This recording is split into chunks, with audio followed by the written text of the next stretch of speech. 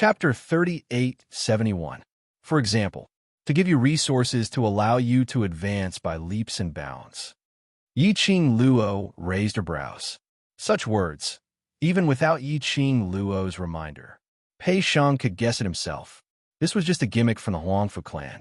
Pei Sheng didn't know much about the Huangfu clan. However, he also knew that the Huangfu family was one of the 4 great families in the Heaven Realm. This kind of aristocratic family was full of capable people. His descendants were all at the top of the clan. He was from a branch family and had never received any training since he was young. It was only now that he had awakened the Huangfu bloodline. Apart from the fact that half of his blood belonged to the Huangfu family, he had no feelings for them whatsoever. How could the Huangfu family really waste their so-called resources on an outsider like him? That's right, outsiders. To the Huangfu family. Pei Sheng, was an outsider. Pei Sheng's eyes flickered, and he asked again, "Then, is there something between that friend of yours and the Huangfu family? Why is he unwilling to return to the Huangfu clan?" She looked at Huangfu Jintian's expression and attitude when he mentioned Xiao Jin. Pei Sheng could see it too. Huangfu Jintian was very concerned about that person called Xiao Jin. He noticed that the man's name had been mentioned. In Huangfu Jintian's eyes, he didn't exist at all. They are more complicated than you. Yiqing Luo's slender fingers tapped lightly on the table as she said, "He's not returning to Huangfu family, not because he's unwilling, but someone doesn't want him to go back." Or rather, on the surface, she wanted him to return. But once he really went back, those who resisted would think of all sorts of ways to decapitate him. Without hesitation, Pei Sheng blurted out, "You mean the 3 young masters and daughters of the Huangfu clan?" Not just that. It was absolutely impossible for those 3 to suppress Xiao Jin in the Huangfu clan. After all, Xiao Jin was the only successor of the Huangfu clan. If there wasn't a mastermind behind all of this, it would be impossible. So, the things behind this were very complicated. Once things got complicated, it would be even more difficult to deal with.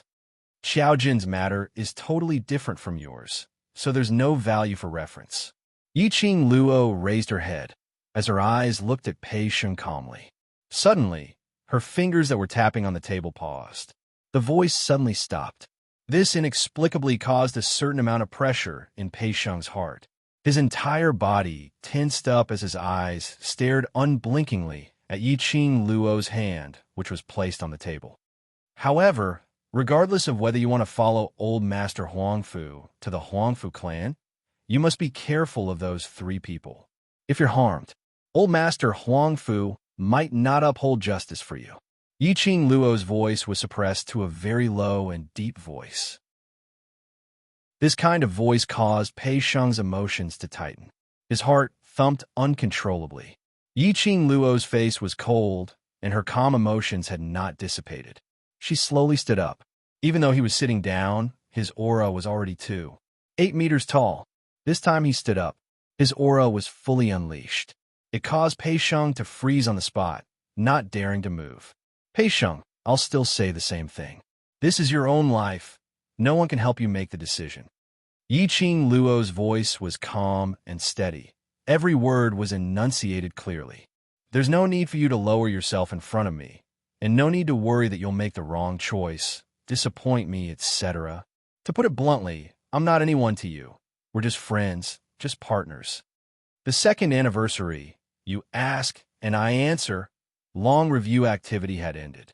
There were a total of 4 Mo Jiabao who took part.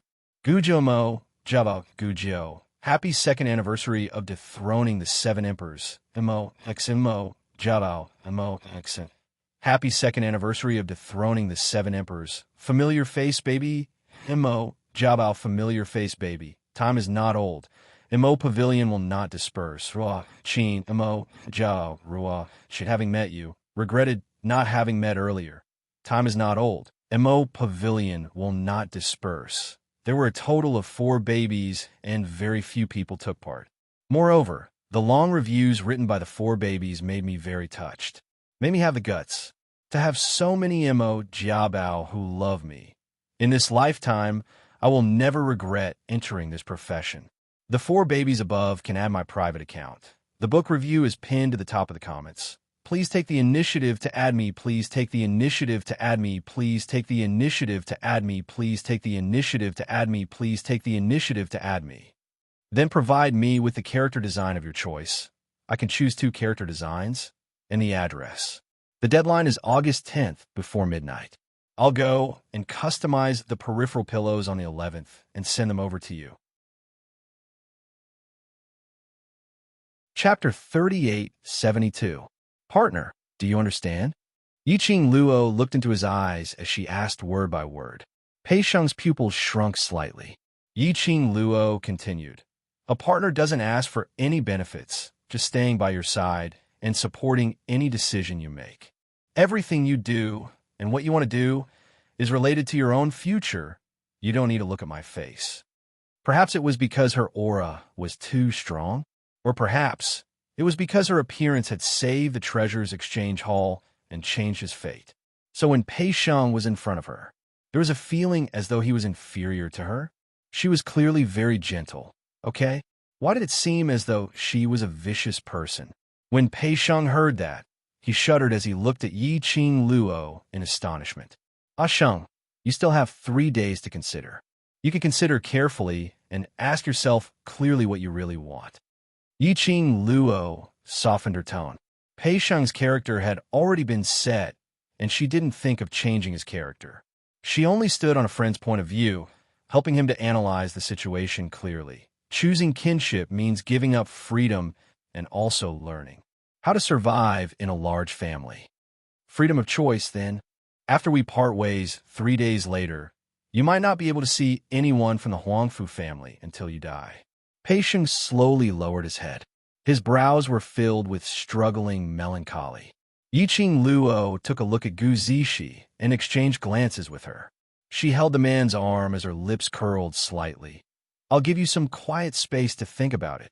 She pulled Dmo Xian and the rest of the brothers as they left the courtyard, leaving the quiet to Pei Sheng and Gu Zishi. With Gu Zishi around, Yiqing Luo wasn't afraid that Pei Sheng would confine himself in a predicament. After all, Gu Zishi wasn't an ordinary person. After dismissing the bunch of brothers who joined in the fun, Yiqing Luo pulled Dmo Xian back to the room. Not waiting for Dmo Xian to open his mouth, she frowned in displeasure as she put on a straight face. I asked you to rest properly, but you didn't. After coaxing me to sleep, you sneaked out by yourself. Her little lips pouted as she stretched out her hand and grabbed Dmo Xian's collar, pulling the man in front of her. The man's handsome face was very close to her. His face was smooth and exquisite, and his long and narrow peach blossom eyes exuded a demonic charm. Yiqing Luo maintained her composure, determined not to be captivated by his beauty. Speak. Did you sneak out to have an affair?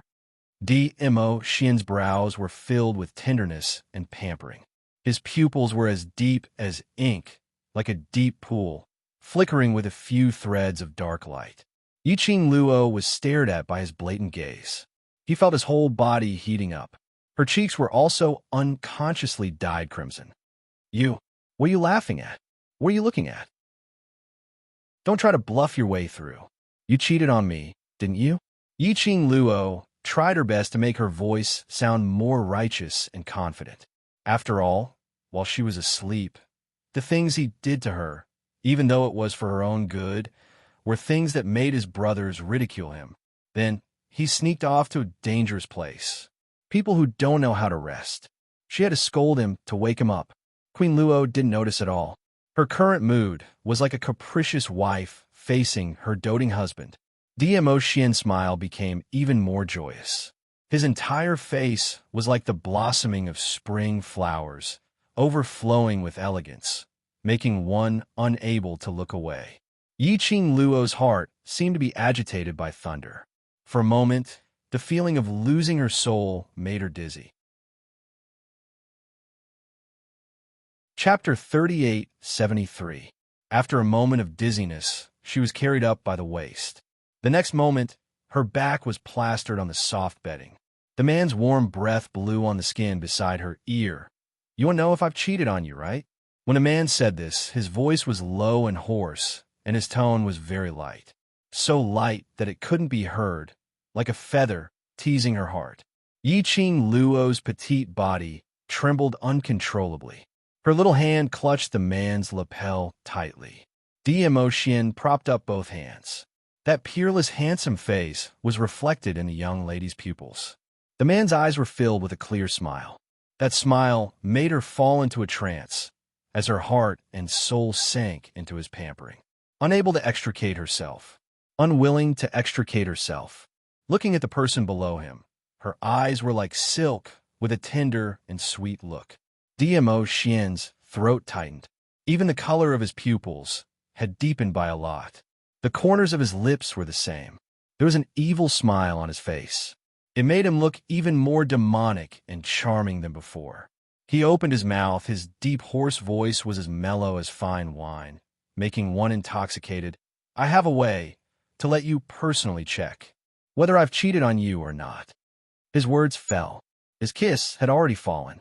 Warmth spread, gentle and affectionate. In the courtyard, only Pei Sheng and Gu Zishi were left. The two of them didn't speak to break the silence. Gu Zishi just hugged Pei Sheng, quietly accompanying him by his side. Not knowing how long had passed, Pei Sheng, who was standing stiffly on the ground, finally had a reaction. He moved. The lady beside him gently held his big palm, giving him warmth. Pei Sheng stood for a long time. His entire body was stiff. Not only his body was stiff, and his heart was stiff. After his palm was held, he stiffened his neck and turned his head, seeing the lady beside him. His voice was bitter and slightly hoarse. Zishi, I'm here. Gu Zishi gave him a gentle smile. Her pretty face also had a gentle smile. Only, Pei Sheng could see the tiredness between her brows and the redness in her eyes. Pei Sheng's heart seemed to have been hit by something heavily. Subconsciously, he held Gu Zishi's small hand. There were vortexes swirling in his eyes. His emotions fluctuated greatly. Gu Zishi felt a little pain from his grip. She was slightly puzzled and called out softly, Sheng? Pei Sheng suddenly reached out and pulled her into his arms. Gu Zishi's face crashed into his chest. Pei Sheng was not gentle at all. Moreover, his face hurt a little. However, this bit of pain was nothing to Gu Zishi. An immense sense of joy enveloped her body and mind. This was Pei Sheng's first time using such a method to hold her in his arms. The man buried his head in the hollow of her neck. When he opened his mouth, there was a spurt of air, very hot, very scorching. This was the first time they were so close to each other. The man's hoarse and pained voice rang in her ears. Zishi, do you really not regret it? His voice was helpless and at a loss. Word by word, he spat them out. It was as if he had used up all his strength and courage. Gu Zishi buried herself in his arms and shook her head vigorously. Pei Sheng asked again, don't you regret your choice? Gu Zishi still shook her head. I'm a useless man. I'm not strong. I feel inferior, and I retreat easily. I don't even dare to choose my own life. I don't even have half of your courage. Chapter 38-74. In the end, he tightened his arms a little. His voice became dignified and tense. Do you really not regret being like this? Pei Sheng had just finished his question. Suddenly, his neck was hooked by a soft arm. His head was slightly tilted forward. Then, his nose was filled with the fragrance of a woman. Something warm and soft covered his lips. It was a light touch. The woman had already moved back a little.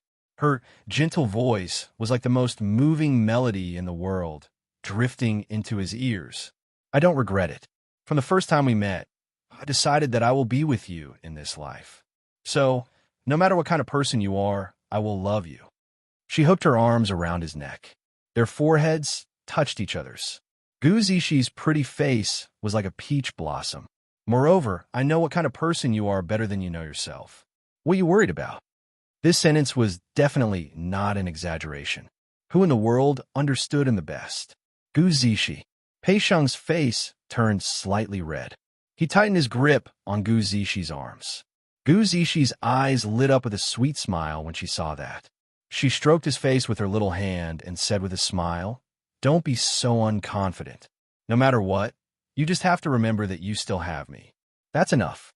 Zishi, Pei Sheng's eyes turned red. He suddenly pressed his big palm on Gu Zishi's head. A fierce kiss landed on her. His initiative had clearly expressed his feelings, although both of them were in love for the first time. But in the depths of love, many things had already followed their instincts. His kiss landed. Gu Zishi leaned in his arms and panted softly. "Sheng, let's go back to the treasure trading hall. We'll come back when you've made up your mind." Gu Zishi's cheeks were red as she panted. Pei Sheng hummed in acknowledgement. Then he hugged Gu Zishi's waist tightly in his arms.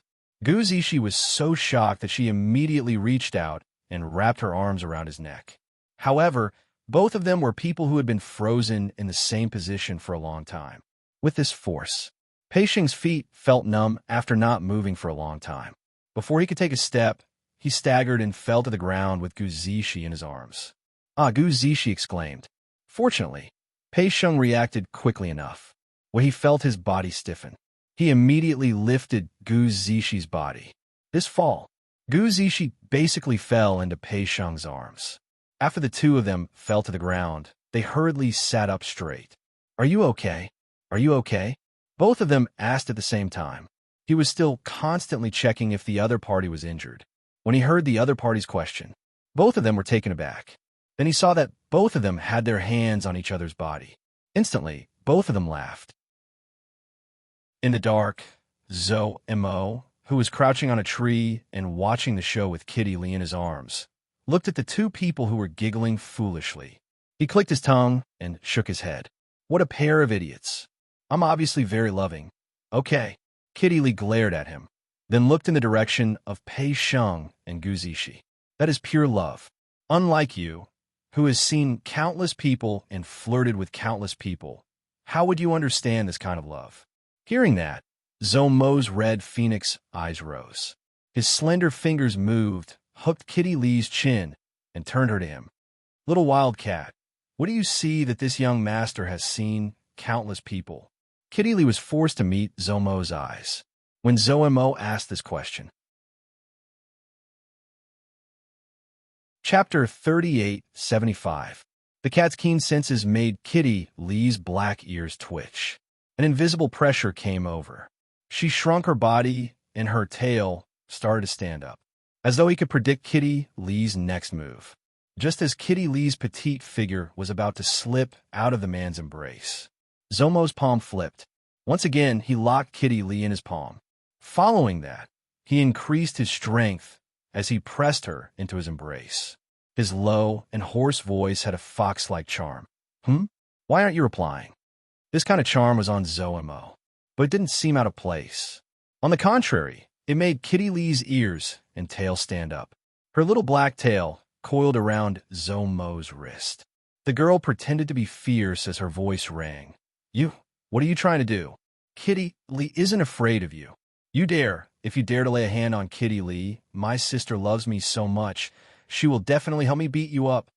Zhou Mo's thin lips curled as his smile became even more charming, but the corner of his eyes revealed a sense of danger. He bent down and leaned in close to her black ears. His thin lips moved. He gently blew a breath of air on it. Kitty Lee's ears twitched as her body started to tremble. "You frivolous man, you. Tell me clearly, how did I read so many people?" Zhou Mo held on to this topic, not willing to let go. Kitty Lee's face flushed red. She was angry and also shy. Her little ears kept twitching. Her little body, which was curled up in Zhou Mo's embrace, softened by quite a bit. Zhou Mo's eyes deepened slightly. His gaze swept past the silly couple who were still giggling foolishly not too far away. He suddenly hooked his arm around Kitty Lee's waist, and with a leap, he brought Kitty Lee and flew to another place.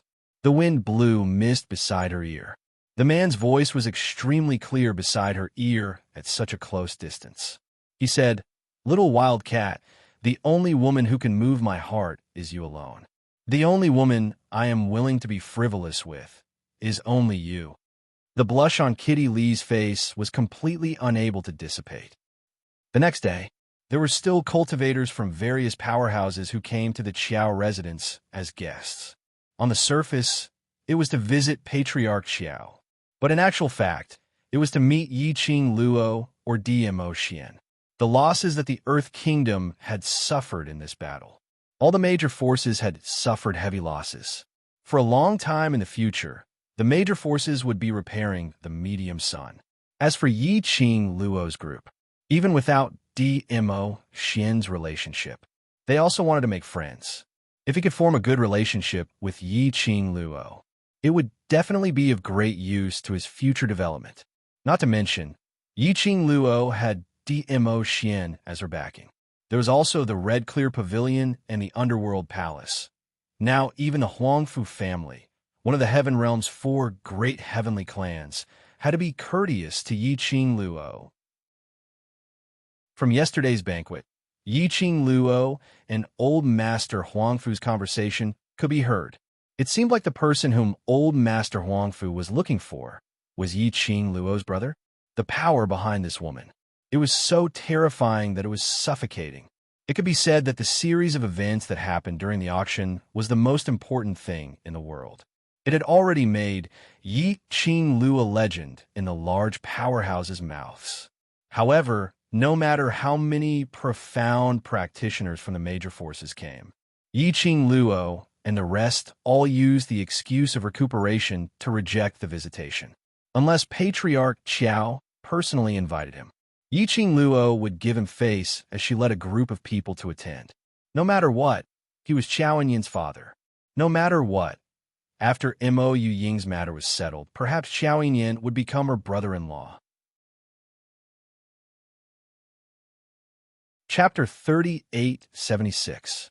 In addition, Yiqing Luo also knew that Patriarch Qiao had been so passionate towards her from the start, which was also the reason why Qiao Yin took care of her. It was because of Guiyu. Amen. That's right, it was teacher Guiyu. While she and the rest were heading towards the Earth boundary, Guiyu contacted his good brother in the Earth boundary, which was Patriarch Qiao. After praising her to the heavens, Yi Zichen's eyes widened. All sorts of hints, she was definitely the type that Xiao Yin liked and could definitely become his daughter-in-law. Hence, Patriarch Qiao was so naive to be fooled. As the saying goes, birds of a feather flock together. Looking at Guiyu and Patriarch Xiao's character, now I know why the two of them became good brothers. But what made Yiqing Luo puzzled was, from yesterday till now, Qiao Yin was like a perverted idiot, hiding in a corner from time to time, using a resentful, painful, helpless, and complicated gaze to stare at. Mo Yuying. Really? None. Time. None. Engraved. And it was at any location in the Qiao residence. No repeat locations. Mo Yuying didn't feel anything, because she totally didn't notice Qiao Yin's existence. Unless Yiqing Luo talked to her. The rest of the time, she was alone, immersed in her own thoughts, sitting there stiffly. Very obedient. Obedient, like a puppet without a soul. Empty, lifeless. But Yiqing Luo expressed that she was troubled.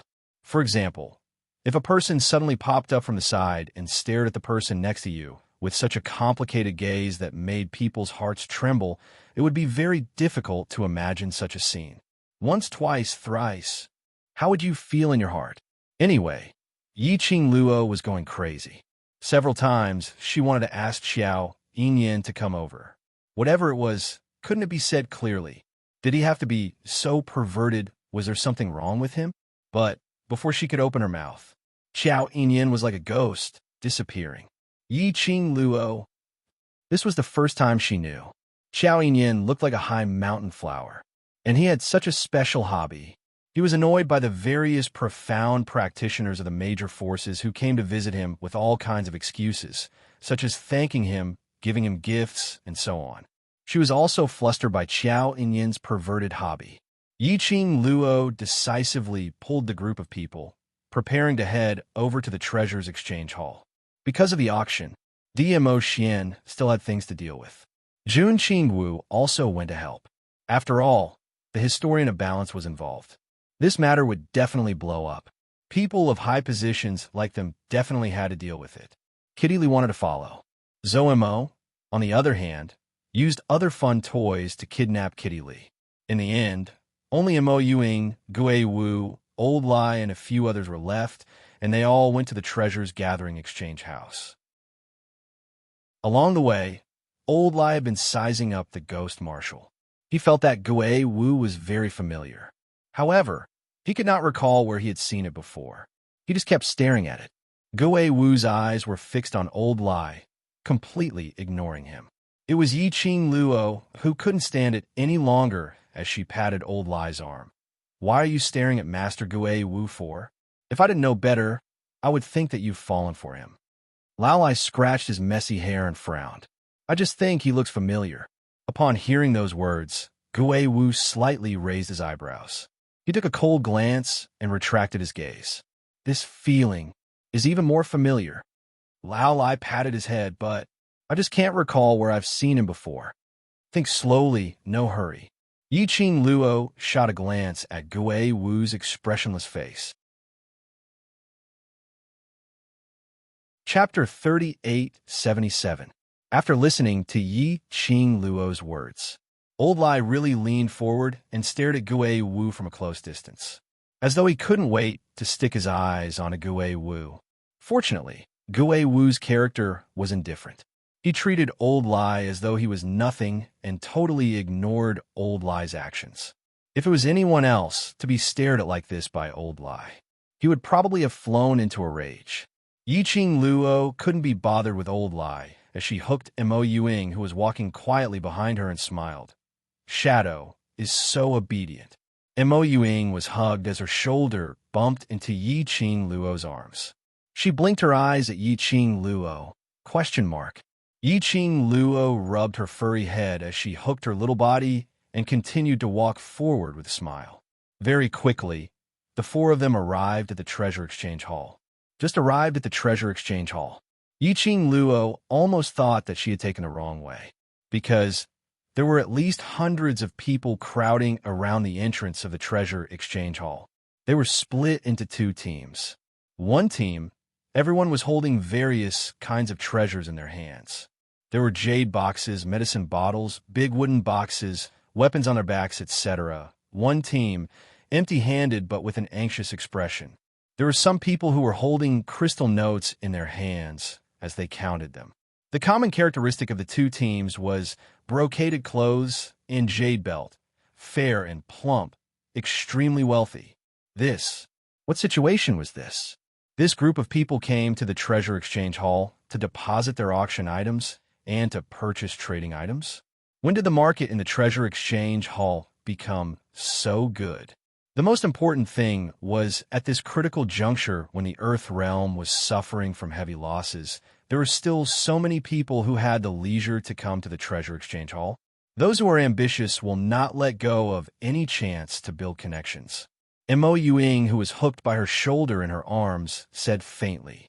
Yiqing Luo lowered her head and looked at the stiffened and emotionless person. She stretched out her hand and pinched her cheek. Shadow is right. These people were indeed like what Mo Yuing said. It was obvious that he was here to do business at the treasures exchange hall. But in actual fact, everyone's motive was very clear. If it was in the past, the treasure exchange hall was, if you wanted to pass, you would have to make a detour.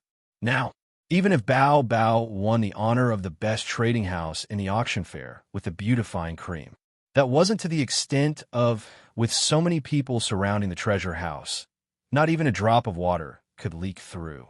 The main reason was still because Pei Sheng was a collateral descendant of the Huangfu clan, one of the four great clans in the heavenly world. Old Master Huangfu even came to welcome them personally. In everyone's eyes, Pei Sheng would definitely follow the old man to the heavenly realm. If he had befriended Pei Sheng before he left, he would have been delighted. Or perhaps he wanted Pei Sheng to owe him a favor.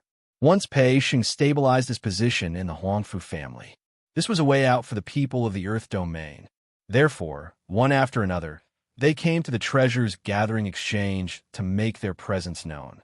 From the looks of it, Pei Sheng's place was not as quiet as the Qiao mansion. A group of people were queuing up and craning their necks.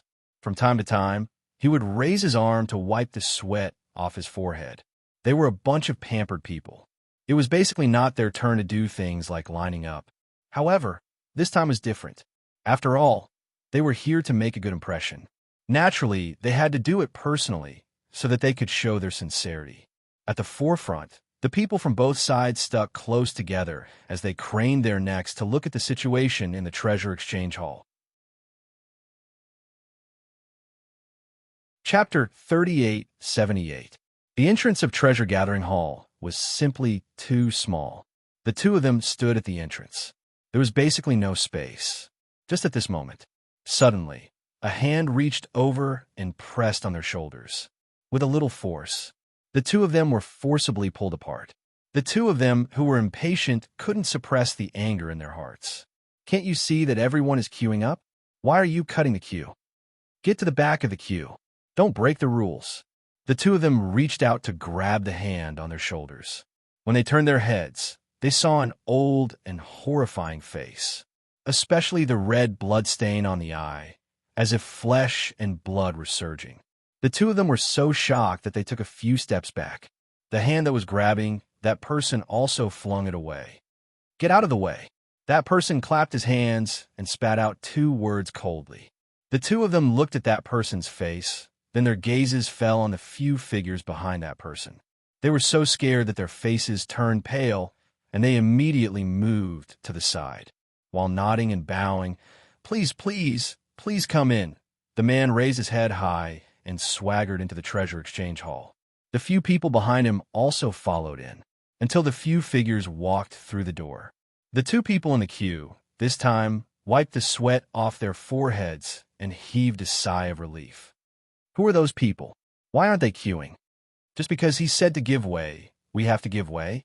The people at the back of the queue didn't see the faces of those people clearly. They only saw that those people cut the queue and were even welcomed into the treasure exchange. They, who had queued for half a day, had complaints in their hearts. However, just as they opened their mouths to complain, someone immediately turned his head and looked at the few people with a face full of fear. "Shoo! Don't shout. If they hear you, you won't even be able to enter the treasure exchange today." The few people who were complaining frowned and craned their necks to look at the entrance of the Gathering Treasures exchange hall.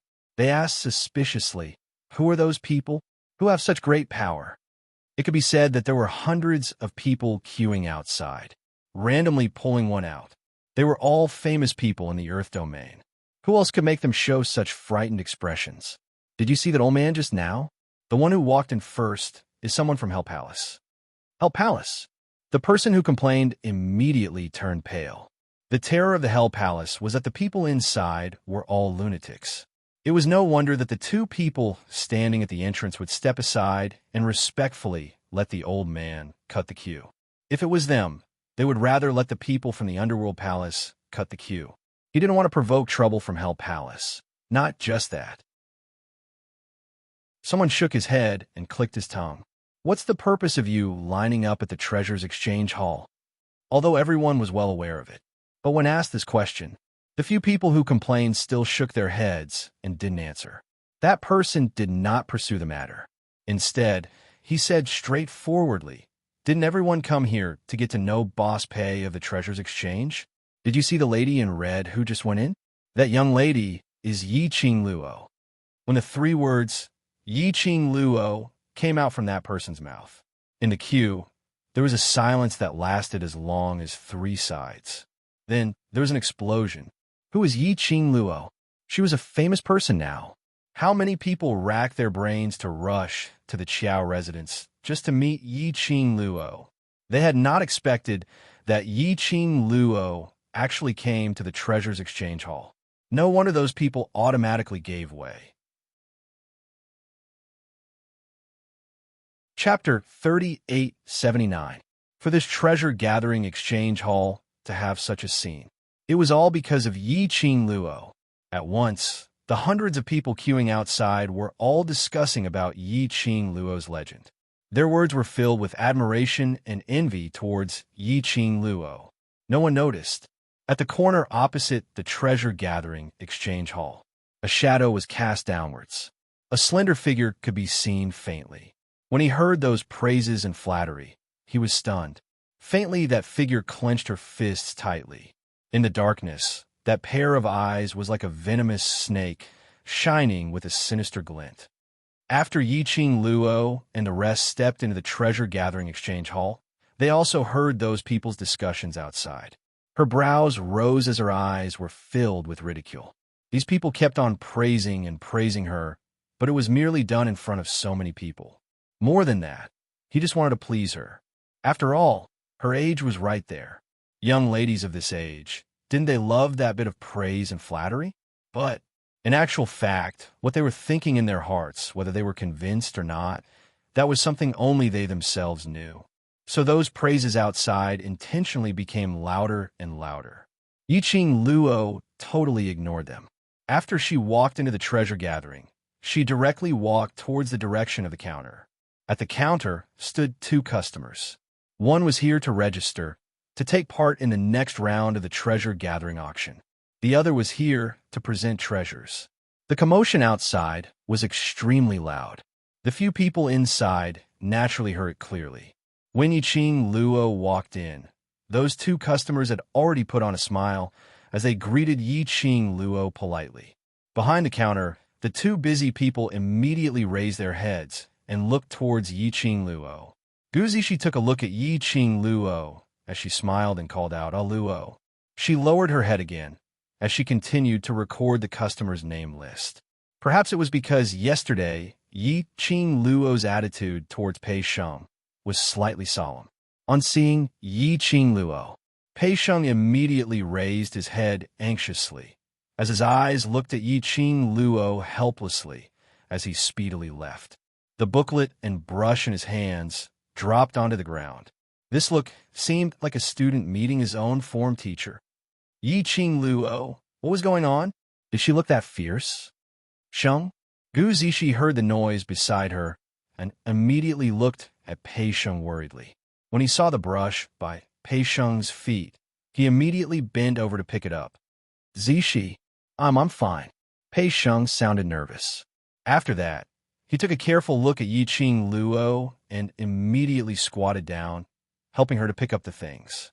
The two of them picked up the items at the same time, stood up, and put them on the counter at the same time. Their hands collided. After a short pause, the two of them raised their heads at the same time and looked at each other.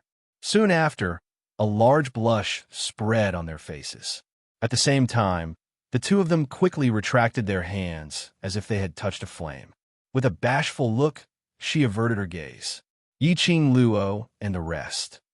Baffled, were they fed another mouthful of dog food? The other three didn't have much of a reaction. It was mainly Yiqing Luo who was watching this dramatic scene. For some reason, her mind was filled with images of the pure romance of youth on campus. It seemed that the style was a little wrong. Wasn't this couple a little too silly? Chapter 3880.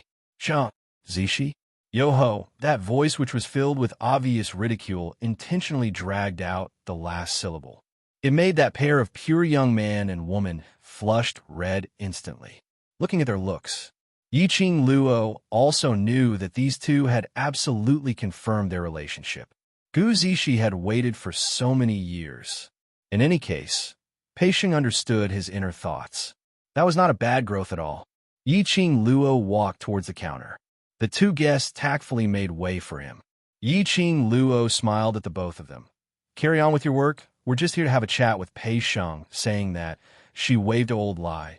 "Old Lai, I'll leave this task to you." Old Lai? She didn't mention anything about letting him be a free laborer, no matter how unwilling he was in his heart or on his face. But looking at Yiqing Luo's smiling eyes, his body still obediently walked to the side of the counter. Previously, when they stayed at the treasure gathering, Old Lai and Qiao Yinyan helped out at the treasure gathering. When they did things, they wouldn't be flustered. Old Lai replaced Pei Sheng's position, and Yiqing Luo waved her hand, asking Pei Sheng and Gu Zishi to come over to rest. Those two customers looked at Pei Sheng, who left the counter, and looked at Old Lai, who was holding the brush with an impatient look. They were so scared that their sweat soaked their clothes. But under old Lie's threatening gaze, they were practically trembling as they completed their own transaction. On the other side, the two of them who had been busy for the entire morning finally had some time to rest. They had just walked to the side and sat down. Pei Sheng's gaze towards Yi Qing Luo was still filled with that reserved feeling. Yi Qing Luo sighed. Have you forgotten what I said to you yesterday? Between us, we are friends, partners, not some superior and subordinate. Why are you so afraid of me? Pei Sheng's hand, which was holding the teacup, tightened as his eyelashes trembled unnaturally. His voice was slightly low. Speaking till the end, his entire head lowered. The aura from you is too strong. Yi Qing Luo, her aura was 2 meters 8. How could he be scared to this extent? It seemed that she was very cute in front of her brothers. Okay.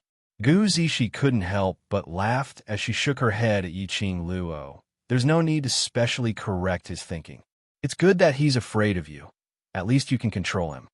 Yi Qing Luo rolled her eyes at Pei Sheng. This feeling makes it seem as though I'm very fiendish. My aura is too strong. So why isn't Zishi afraid of me? Pei Sheng glanced at Gu Zishi and blushed again. This innocent look really made Yi Qing Luo have an impulse to tease her. But he thought of Pei Sheng's character.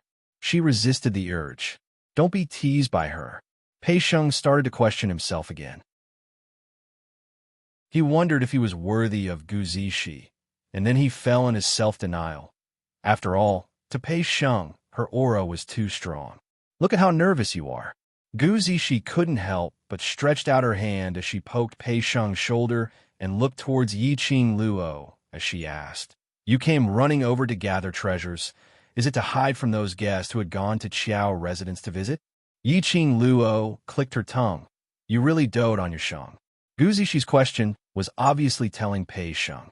She came over to gather treasures, not to ask for an answer as to whether he was going to Heaven Realm or staying in Earth Realm, but to hide from the various powerhouses cultivators. Chapter 3881. As expected, after Yi Qing Luo nodded in response to Gu Zishi's words, Pei Sheng heaved a sigh of relief. He felt much more relaxed. Seeing Pei Sheng's reaction, Yi Qing Luo felt more and more that she was really like a form teacher. Moreover, her aura was 2.8 meters, and she could kill people with just one look. Forget it. If Pei Sheng wanted to be nervous, so be it. Anyway, he wasn't the one who was nervous. Yi Qing Luo glanced at the two customers who were listening to their conversation with their ears pricked up. Then, he looked at Pei Sheng, raised his eyebrows, and reminded him, the business of treasure gathering has improved. If you want to hold an auction, are you sure you have extra time? It wasn't easy to organize an auction. In particular, only he and Gu Zishi were busy at the Treasures Exchange Hall. If he wanted to hold a successful auction, he would need at least 10 days to half a month of preparation time. However, the Huangfu clan only gave him 3 days to consider. If he chose to stay in the land, this auction was naturally not a problem. However, if he chose to return to the Heaven Realm, now that he had made so many deals at that time, how could they still be in charge of the auction? The problem which Yi Qing Luo mentioned, Pei Sheng really hadn't thought about it. Instantly, his eyes widened in astonishment as he looked at Yi Qing Luo. He looked at Pei Sheng's expression. Yi Qing Luo could roughly guess it. Pei Sheng was more inclined to follow old man Huangfu to the Heaven Realm from the bottom of his heart. Otherwise, he wouldn't have revealed such a shocked expression. But that's true. For Pei Sheng, who had lost all his family members after witnessing his father drown himself in the river, Pei Sheng's heart sank. His family was really his biggest weakness, even if he knew it was a tiger's den. However, he couldn't help but want to give it a try. This was human nature and a very normal way of thinking. I actually forgot such an important thing. Gu Zishi's pretty face paled. I was too happy to see so many customers coming to the Treasures Exchange Hall. I didn't think too much about it. She immediately stood up, ran over to the counter, and brought over the list of names she had recorded. Since yesterday, I have already booked at least 400 people. What should I do? Pei Sheng stared blankly at the booklet that Gu Zishi was flipping through. A trace of pain and entanglement surfaced on his face. Could it be? This was the will of the heavens. Even the heavens felt that should he stay in the land? Pei Sheng's thoughts were too obvious. Yiqing Luo raised her hand and pressed down the booklet that Gu Zishi was flipping through. Both of them turned to look at her. Yiqing Luo took the booklet from Gu Zishi's hand, closed it, and pressed it on the table. She looked at Pei Sheng calmly with a pair of charming eyes that didn't contain a hint of a smile. That invisible pressure. Immediately, Pei Sheng became nervous again. Yiqing Luo pressed on the booklet. Her voice was very calm and light, without much emotion. Why do you feel that it's hard to choose? This kind of thing is easy to resolve, isn't it? But it happened. She spoke in a calm tone. On the contrary, it made them feel even more pressured. That was what Pei Sheng thought. His handsome face turned slightly pale. Gu Zishi, who was standing to one side, finally understood what Pei Sheng meant by a powerful aura. This kind of aura, if placed on a normal person, would not be able to withstand it. Most of them would be so scared that their legs would go soft, right?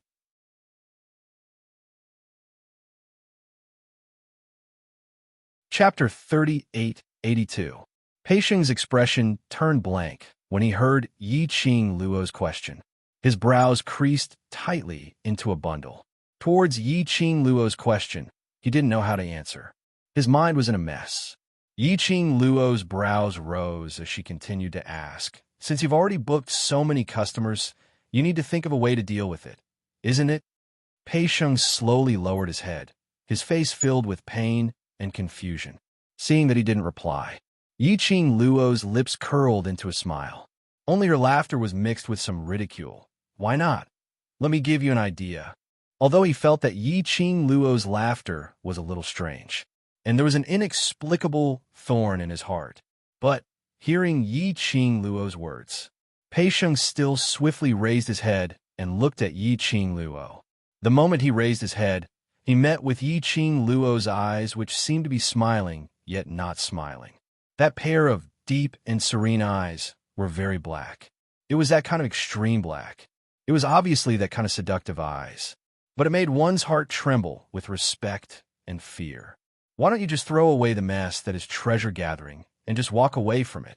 Anyway, you're someone who is going to Heaven Realm, so it doesn't matter how this place turns into, isn't it? These people came to treasure gathering. It's because you're a branch relative of the Huangfu family. Even if you leave with the Huangfu family, leaving this mess behind, I think these people will not blame you. After Yiqing Luo finished her words, she propped her chin as her eyes curved as she looked at him. Between her brows, she was obviously smiling. But Pei Sheng sensed an eerie chill from that smile. The two customers who were registering by the side, could she care about them a little? They were still present. Was it really all right to tell them their purpose of coming like there was no one else around? No, no way. She almost blurted it out. Pei Sheng's eyes widened as he shook his head hard. Absolutely not. Treasure Gathering Trading Hall is my father's blood and sweat. 5 years ago, my father was framed by Zhong Cheng Trading Hall and ruined the reputation of treasure gathering. Now, treasure gathering has finally returned to everyone's sight. I absolutely cannot let treasure gathering's reputation be tarnished. Throw away this mess and leave or something. How could he possibly do that?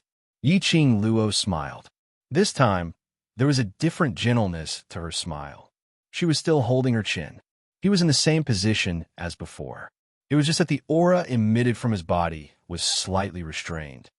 Since you feel that this method is not feasible, then what are you going to do? Yiqing Luo asked with a smile.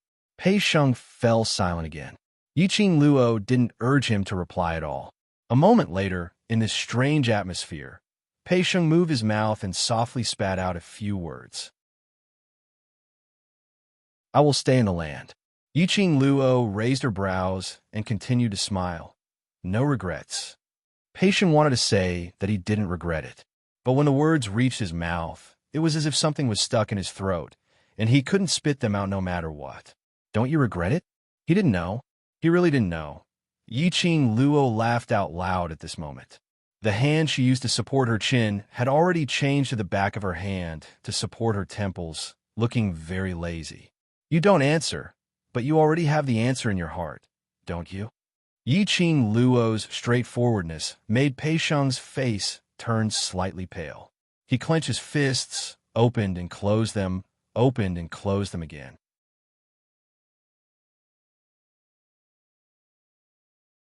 Chapter 3883. Pei Sheng pursed her lips tightly. It was impossible to tell what expression Zhang Xian had on his face. Yiqing Luo shut her mouth again. She was still calm and didn't urge him to answer. He was using this 8-meter-tall aura to oppress him. After the silence of half an incense stick of time, Pei Sheng seemed to have mustered up his courage. He clenched his fists so tightly that blue veins appeared on his fingertips. He plucked up his courage as he raised his head and looked at Yiqing Luo, as his voice was slightly trembling as he spoke. I'm thinking to discuss with old Master Huang Fu, to wait till the Treasures Trading House's auction is held, then I'll go to Heaven Realm with him.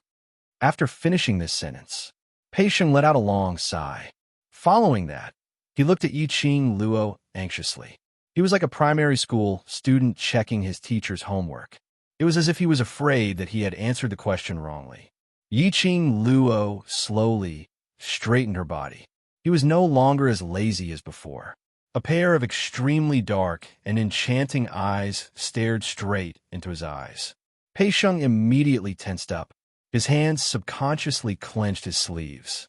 Until, Poochie, the sound broke the increasingly heavy atmosphere. Pei Sheng looked at Yiqing Luo in a daze. She smiled, and he was smiling very brightly. It was not the kind of laughter that would make one's hair stand on end. Pei Sheng was dazed by Yiqing Luo's smile. Yiqing Luo just smiled like that, and even raised her brows while smiling as she opened her mouth. Continue speaking. Say what? Pei Sheng was dumbfounded, but seeing Yiqing Luo smile, he subconsciously continued, I think, if we talk about it, old Master Huangfu will agree. I will try my best to convince him. I think this is the best way to deal with it. Yiqing Luo's lips curled into a smile. Now do you feel that saying out what you want to say isn't as difficult as you imagined? Pei Sheng was startled. Yiqing Luo replied, Do you feel much better after saying it out? You don't feel that much pressure anymore? Pei Sheng's pupils constricted and reddened. His eyes were filled with gratitude. Only now did he understand. Yiqing Luo had been asking aggressively, not because she was making things difficult for him. Instead, it was guiding him. Guide him to make the choice he wanted the most in his heart. Guide him and deal with things that should be his to decide. Guide him and begin to grow. Yiqing Luo patted his shoulder lightly. Remember how you feel now. In future, don't reveal a dazed and helpless expression no matter what happens. This will give others a chance to take advantage of you, and also make Zishi worry for you. Yiqing Luo gently patted his shoulder. Don't worry about me. Pei Sheng nodded vigorously. He then looked at Gu Zishi, who was beside him, and squeezed her hand. The two looked at each other and smiled. At this moment, ha ha ha! Suddenly, a deep and steady laughter came from afar. In the next instant, a figure appeared in the hall of the treasure gathering hall. When he saw who it was, the two guests at the side immediately felt their legs go soft, and they knelt on the ground. The people sitting around the chairs also stood up. Old Master Huangfu. The guest spoke with a trembling voice, filled with excitement and fear. Yiqing Luo took a look at the smiling Huangfu Jintian. She winked at Old Lai. Lao Lai immediately dropped the brush in his hand, picked up a guest with each hand, and walked toward the door. After that, he threw the two guests out. He clapped his hands and closed the door with a paw. The hundreds of people from various powerhouses who were still queuing. What situation was this? They had queued for so long.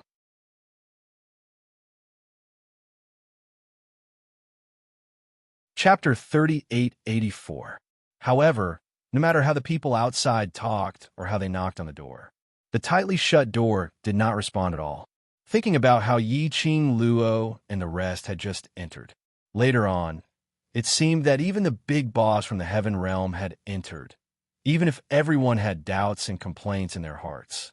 Even so, he did not dare to force his way in.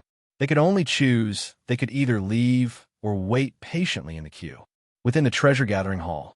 Because of Huangfu Jintian's appearance, the relaxed atmosphere from before instantly became heavy. Even Pei Sheng, compared to when he saw Yiqing Luo, was even more uneasy as he stood ramrod straight with both hands hanging by his side. The others frowned slightly and looked at him without blinking. Huangfu Jintian didn't feel that his appearance had affected anything at all. He laughed heartily as he walked towards Pei Sheng. Because of this smile, his solemn and dignified face looked a little benevolent. He looked at Pei Sheng with a gentle gaze. He walked up to Pei Sheng and patted Pei Sheng's shoulder. It was just this action. Pei Sheng was so shocked that his body tensed up. He was incomparably stiff. Even his breathing was so nervous that it was extremely slow. Huangfu Jintian seemed as if he completely didn't notice Pei Sheng's nervousness. He didn't feel that the atmosphere in the room was very heavy. With a smile on his face, he patted Pei Sheng's shoulder and said, "Good lad, Grandfather heard everything you said just now. You promised to follow Grandfather back to the Huangfu clan, but Grandfather took it seriously." Pei Sheng's expression became even more complicated when he called him Grandfather. Coupled with Huangfu Jintian's benevolence that was completely different from yesterday, and the intimate action of patting his shoulder, Huangfu Jintian's expression changed. This shocked Pei Sheng to the point that he was excited, and terrified. His heart was beating so fast that it felt like it was going to jump out of his throat. "Brat, your friend did the right thing. The best way to deal with this matter is to find a way to solve it yourself." Huangfu Jintian patted Pei Sheng again before retracting his hand as he looked at Yiqing Luo with a face full of smiles. "Miss Yi, many thanks for guiding this fellow to find the right way." Yiqing Luo's lips curled. "In that case, you've agreed to Ah Sheng's condition?" A wisp of a bright light flashed past Huangfu Jintian's dignified and wise eyes. It was gone in a flash, but it didn't escape Yiqing Luo's eyes. Subsequently, Huangfu Jintian glanced at Pei Sheng with deep meaning and said, "That depends on how this kid convinces me." Pei Sheng tensed up again. He was slightly dazed by Huangfu Jintian's intentionally intimate attitude. He originally thought that Huangfu Jintian would agree readily. However, he didn't expect Huangfu Jintian to say this. However, Yiqing Luo's smile grew even wider as she nodded in agreement. "What old Master Huangfu said is right. I feel the same way too." The old man and the young man looked at each other and smiled. They then turned to look at Pei Sheng at the same time. Pei Sheng could only feel a tinge of coldness rising from his back amidst his anxiety and fear. Suddenly, a sharp and hurried voice sounded. "No, you can't. Grandfather, you can't agree so easily." Then, Huangfu and the other two broke into the room. Huangfu Fengyan pounced over and hugged Huangfu Jintian's hand while biting her lower lip tightly. "Grandfather, Pei Sheng has Huangfu family's blood in him. Bringing him back to Huangfu family is already his grace. Grandfather has already taken a step back and allowed him to bring a useless, lowly lady back to Huangfu family. He still had many requests."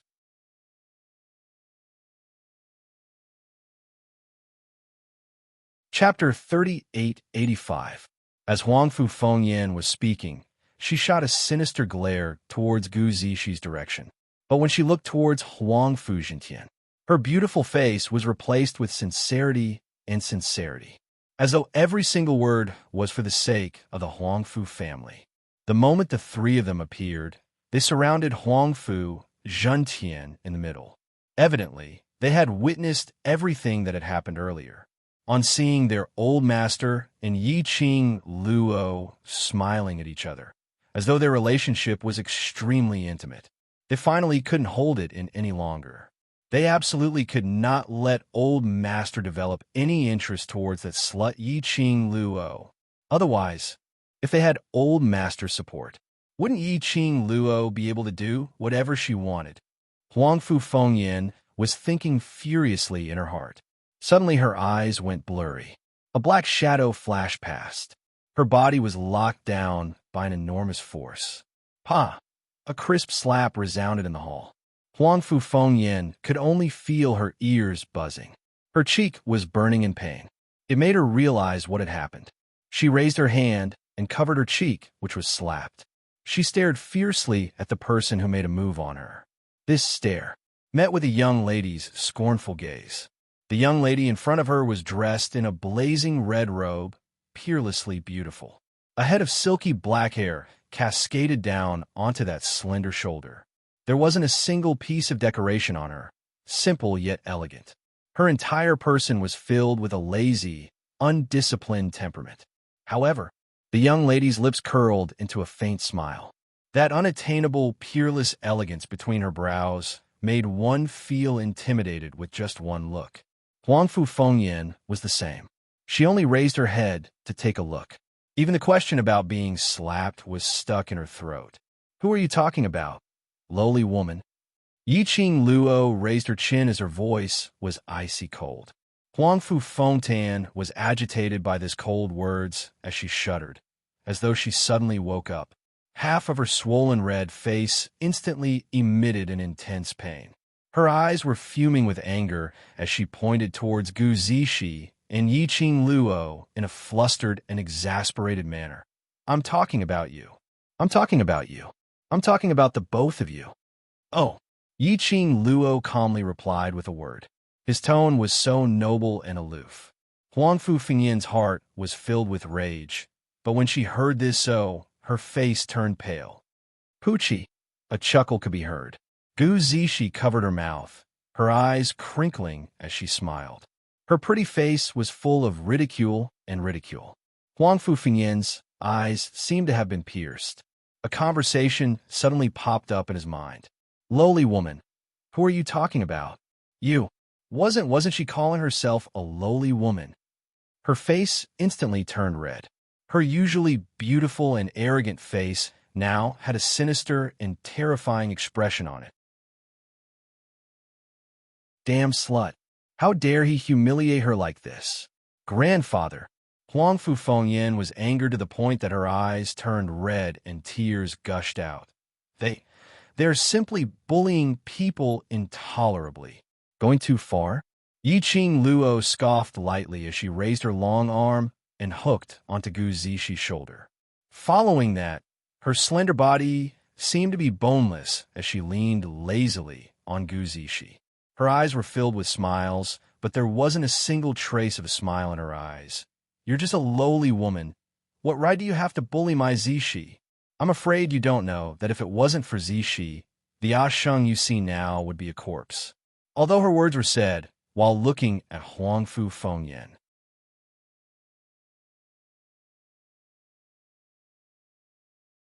Chapter 3886. Huangfu Trio's expressions were extremely ugly, especially Huangfu Fengyan. After she heard this sentence, her eyes were bloodshot. Lowly woman? She was the dignified Huangfu family's fourth miss. How could she be compared to a woman from the Earth Realm? Damn Yiqing Luo. She was so angry that her entire body was trembling. Huangfu Chi Fei's gentle eyes flashed past a glint. After taking a look at Huangfu Jintian, he took quick steps towards Huangfu Fengyan as he held on a Huangfu Fengyan's shoulder with one hand, bringing her trembling body to the back of Huangfu Jintian. Fengyan, grandfather has finally found cousin Pei Sheng. This is a joyous occasion. Don't mess around. Huangfu Chi Fei's voice was very gentle, with a sense of pacification. Huangfu Fengyan bit her lower lip tightly, as the blood-red color in her eyes had not dispersed, but had quietened down. Huangfu Jintian's white brows creased tightly. His expression was unfriendly as he looked at Huangfu Fengyan unhappily, before looking at Yiqing Luo. His tightly creased brows creased even tighter. Miss Yi. He pondered for a moment and spoke in a grave tone. Fengyan is too rash and offended you in this Miss Gu. But Fengyan is, after all, our Huangfu family's 4,000 gold. Will Miss Yi please consider carefully before you make a move next time? This matter was indeed Huangfu Fengyan's problem. Huangfu Jintian couldn't very well accuse Yi Qing Luo's actions. But Huangfu Fengyan was after all his granddaughter and a member of his Huangfu family. If she was so easily bullied by others, wouldn't that make others look down on Huangfu family? Especially when it was in the lower realm. But for Huangfu Jintian, based on his status, indeed, he had lowered himself to a very low level. His meaning was very clear. He gave her face, and hoped that she would give Huangfu family some face on his account, and give Huangfu family some face. This matter of beating up Huangfu Fengyan would end like this. Yi Qing Luo naturally heard the meaning behind Huangfu Jintian's words. She raised her brows as she smiled and nodded. All right, next time before I make a move, I will definitely inform you. Huangfu Jintian, after talking for so long, you still want to fight? Yi Qing Luo shrugged her shoulders as she spread out her hands helplessly. You've seen it for yourself. It's not that I'm willing to take action, but some people are itching for a beating and insist on coming over to be beaten. Old Master also knows that for a kind-hearted person like me, how would I bear to reject someone's fervent request, right? How would Huangfu Fengyan not hear the sarcasm in Yi Qing Luo's words as she gritted her teeth and stared at Yi Qing Luo? He hadn't even raised his hand and pointed at Yi Qing Luo. However, he was forced back by Huangfu Jintian's gaze. Yi Qing Luo didn't even spare Huangfu Fengyan a glance. Instead, he pushed Gu Zishi in front of the old man. Then, with a calm gaze, he looked at the old man and enunciated each word clearly. Don't think that your heaven realm is so good, or that the Huangfu family is so good. Everyone here is very clear on how difficult it is for a large family to survive. Don't say anything. Pei Sheng and Zishi have gone to the Huangfu clan. You can take care of them. When we really go to the Huangfu clan, you won't have the time to ask them. Whereas Zishi has her own power in the Earth realm, able to call the shots. Why must she give up everything and follow him to the Huangfu clan? To face all the dangers and fear, all those unknown things? Do you think she's stupid? She gave up everything in the Earth realm and followed Ah Sheng to the Heaven realm, just because she loves Ah Sheng.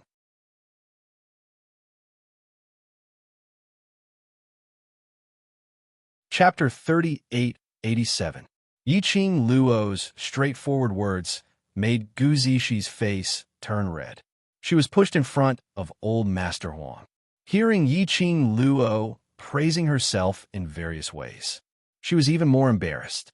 She didn't even dare to raise her head to look at old Master Huang, especially when she heard Yi Qing Luo saying to have your own force, to call the wind and summon the rain.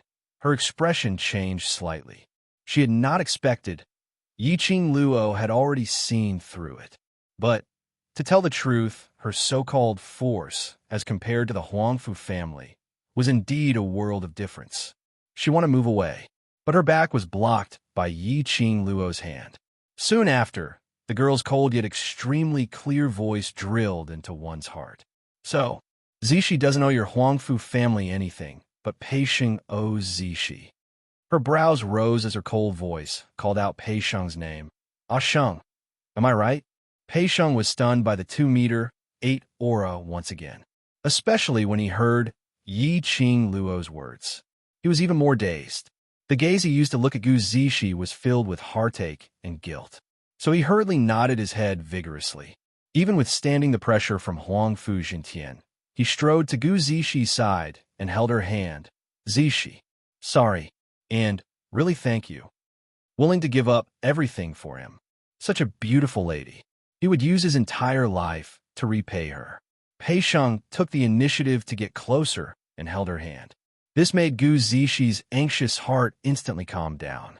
To her, Pei Sheng was her calming pill. As long as Pei Sheng's feelings towards her and his heart towards her no longer wavered, she had nothing to fear. Her originally apprehensive and slightly bashful blushing face was now filled with a blissful and sweet smile. Her and Pei Sheng's hands were intertwined tightly as her eyes were filled with tenderness.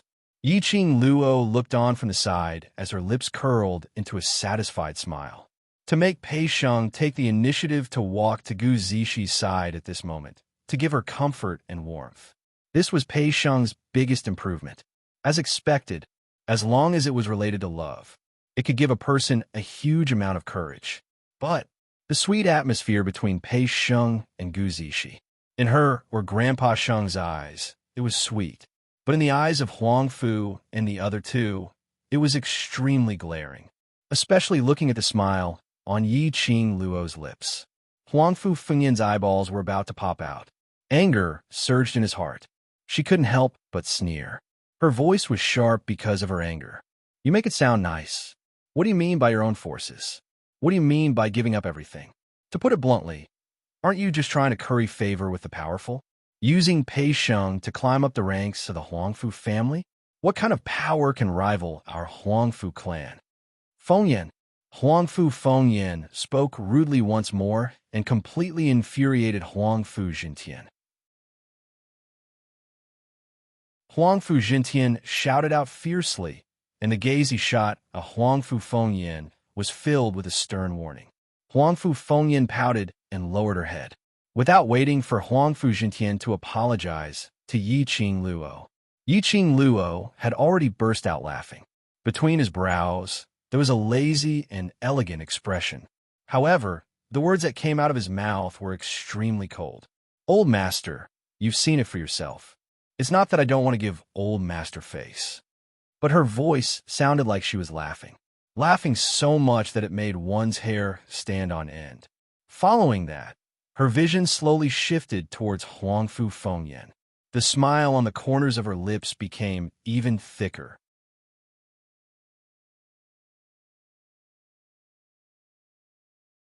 Chapter 3888. Huangfu Fengyan's face instantly sunk as the murderous intent in her eyes surfaced, as though she couldn't wait to rush forward and tear Yi Qing Luo into pieces. Facing such a gaze, Yi Qing Luo totally didn't care about it. Anyway, with old master Huangfu around, Huangfu Fengyan had no chance to make a move. Moreover, old Lai, Gue Wu, and the rest were around. She was afraid that Huangfu Fengyan wouldn't make a move.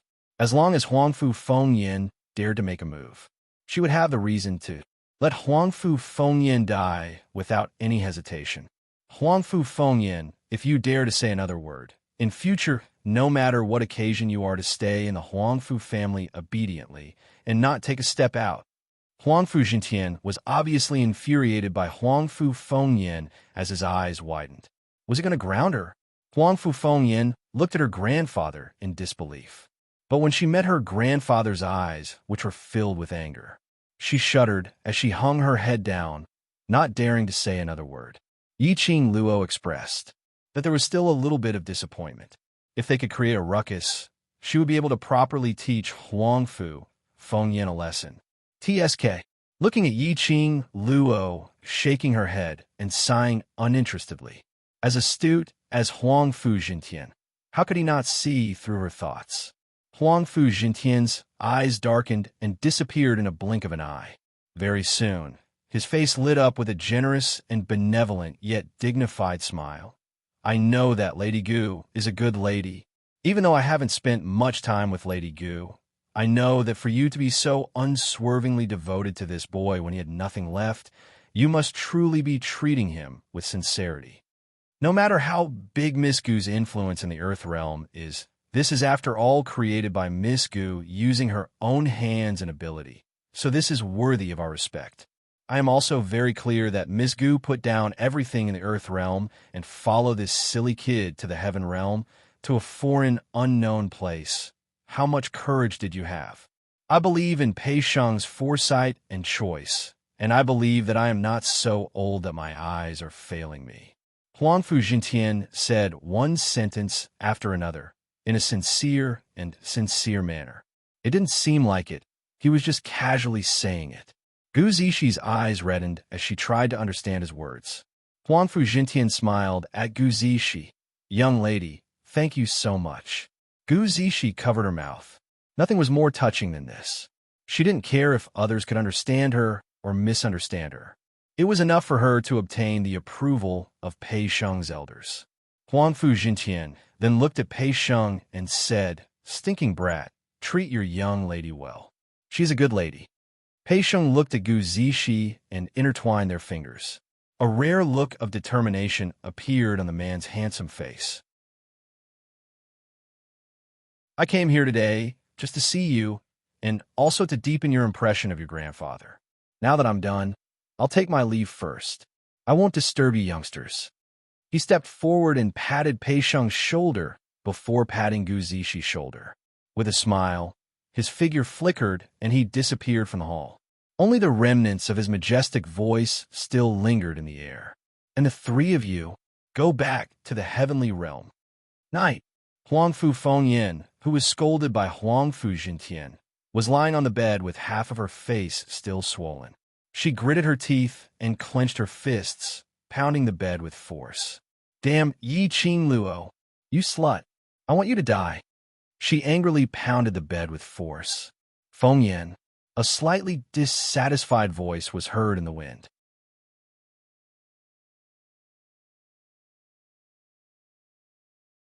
Chapter 3889. Hearing that person's voice, Huangfu Fengyan's ferocious expression froze. She immediately looked up. She saw the man standing by the bed, staring at her with a dark expression. Huangfu Fengyan immediately sat up on the bed and shifted her gaze away from the man at a loss. She nervously called out, "Third brother." That's right. The person who came was the third young master of the Huangfu family, Huangfu Qifei. Huangfu Qifei stared straight at her. His usually warm eyes now contained a bit of coldness, especially after seeing her lower her head. The disdain in his eyes was even more obvious. Huangfu Qifei didn't speak for a long time. Huangfu Fengyan's heart was in a mess. From time to time, she would glance at Huangfu Qifei's eyes. Facing her third brother, she had always been in awe and fear. She wasn't even this nervous in front of her brother, Huangfu Dongyu. Huangfu Qifei clearly looked gentler and gentler than the others. But Huangfu Fengyan was clear.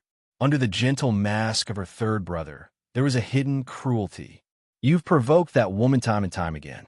Can't you learn to be obedient?" Huangfu Qifei finally spoke. He let out a sigh. Even the sigh of a refined and elegant young master was so gentle. His knees were on the side of the bed. Huangfu Fengyan's body trembled. She instinctively wanted to retreat. However, her chin was caught by the man's outstretched hand. Huangfu Qifei sat by the bed. He hooked her chin with one hand and moved closer. His face was as gentle as jade, and he was handsome and refined. There was even a hint of a smile in his eyes. Huangfu Qifei sighed lightly and said, "Look, your face is hurting, isn't it?" Huangfu Fengyan felt as if a poisonous snake had slid across her face. Her pupils shrank nervously. Huangfu Qifei smiled warmly. "It's okay. You'll get used to it sooner or later. Fengyan, with the situation today, our days in the future will be more difficult than now." Huangfu Fengyan was forced to meet his gaze. Looking at the gentleness in the man's eyes, she trembled. Even her lips were trembling. What habit? No, grandfather won't. Don't you see the situation clearly?" Huangfu Qifei sighed as he shook his head. "Pei Sheng, that fellow, now has a backer. Moreover, Yi Qing Luo's performance is very obvious. She is determined to help Pei Sheng.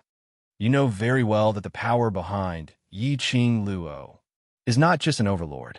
A wisp of a cold light flashed past the depths of Huangfu Qifei's warm eyes, and it vanished in a fleeting manner. He then looked at Huangfu Fengyan. The emotions in his eyes had returned to the gentleness of a young master. After Pei Sheng returns to Huangfu family, on account of the overlord and those powerhouses behind Yi Qing Luo, they will definitely give Pei Sheng a very high position. By then, how do you think Pei Sheng will treat us? He paused slightly, his fingers caressing Huang Fengyan's face, his eyes filled with heartache. "My pitiful Fengyan, such a beautiful face. How could she be so ruthless?" After Pei Sheng returns to the Huangfu family, what should we do? Huangfu Qifei's voice, expression, and actions, they were all heartache, and helpless towards Huangfu Fengyan. However, Huangfu Fengyan listened to his words. She only felt her body turning icy cold. She shivered as her little hands clenched tightly onto Huangfu Qifei's sleeve, as though she was grabbing onto a life-saving straw.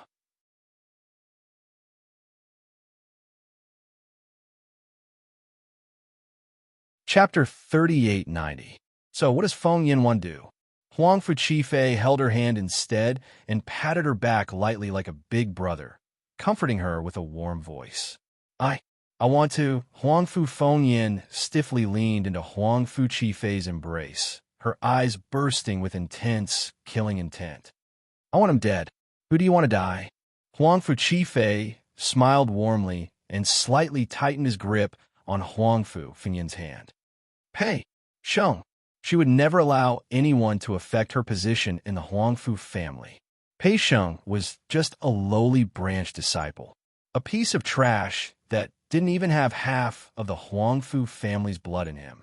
She would never let Pei Sheng have any chance to climb over her head. Good girl.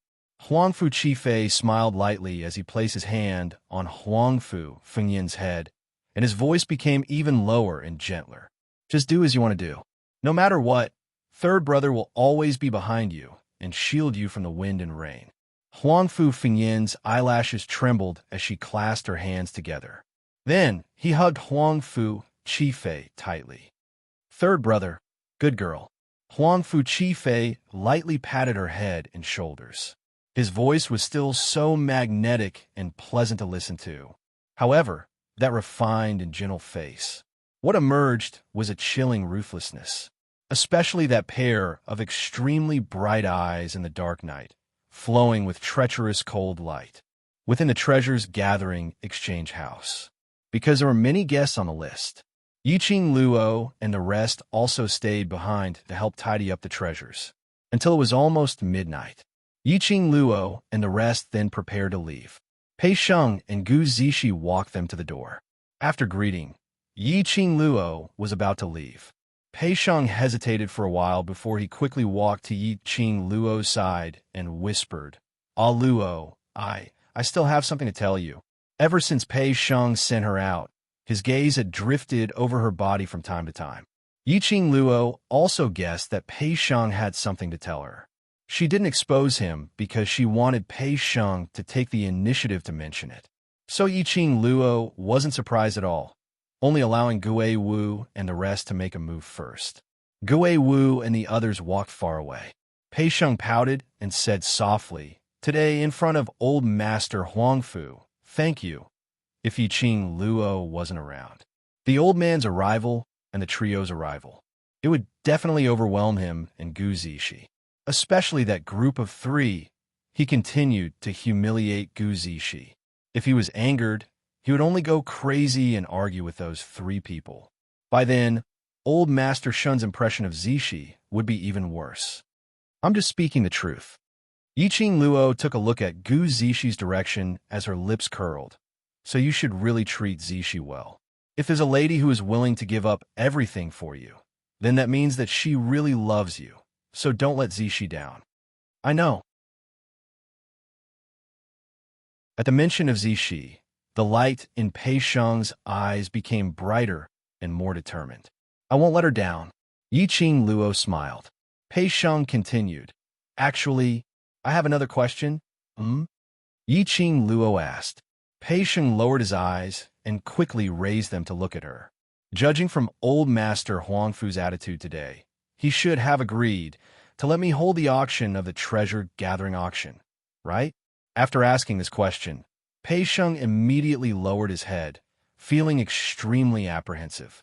Yiqing Luo's lips curled slightly as she asked in reply, What do you think?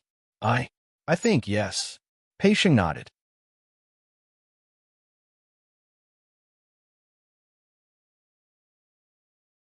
Chapter 3891. Pei Sheng's thoughts were exposed and his face flushed red. He indeed meant it this way, but there was no need to be so direct. Yiqing Luo laughed when she heard that, but the laughter made Pei Sheng feel a little guilty. He stiffened his body and as he raised his head, he clenched his fists and whispered, "Old master, he seems to be testing me. That feeling makes me breathless." "Indeed, he is testing you." Yi Qing Luo raised her brows and nodded seriously. "You're a grandson who is stranded outside, and he personally came to bring you back to Huangfu family. He must be bearing a huge pressure. He naturally wants to test you, whether you have the qualification to become a member of Huangfu family." Pei Sheng's face turned pale in an instant. Large-scale families are survival of the fittest. This is the norm and also the reality. Yi Qing Luo was very straightforward. "With your character, if you go to Huangfu family, I'm afraid you'll be in their hands.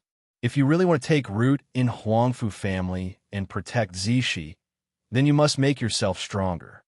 Her expression was very calm.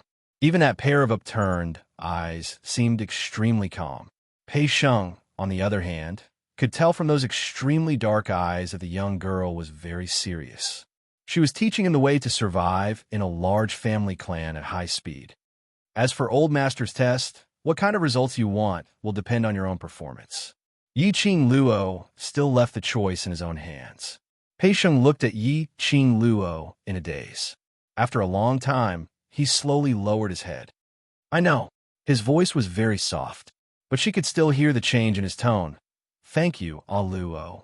Yi Qing Luo waved her hand and looked at the few of them who were so far away that they could not be seen. "Think carefully on how to convince Old Master. I'll make a move first. You guys rest early too." Pei Sheng didn't urge her to stay. After the two of them said their goodbyes, Yi Qing Luo chased after the few of them. After running for an entire street, she didn't see any signs of them. Yi Qing Luo cursed silently. "A bunch of heartless fellows. They actually didn't wait for me." Since she couldn't catch up, she might as well slow down her footsteps. Just as she was about to leave, her ears suddenly twitched sensitively. A haze immediately appeared in her long and narrow eyes.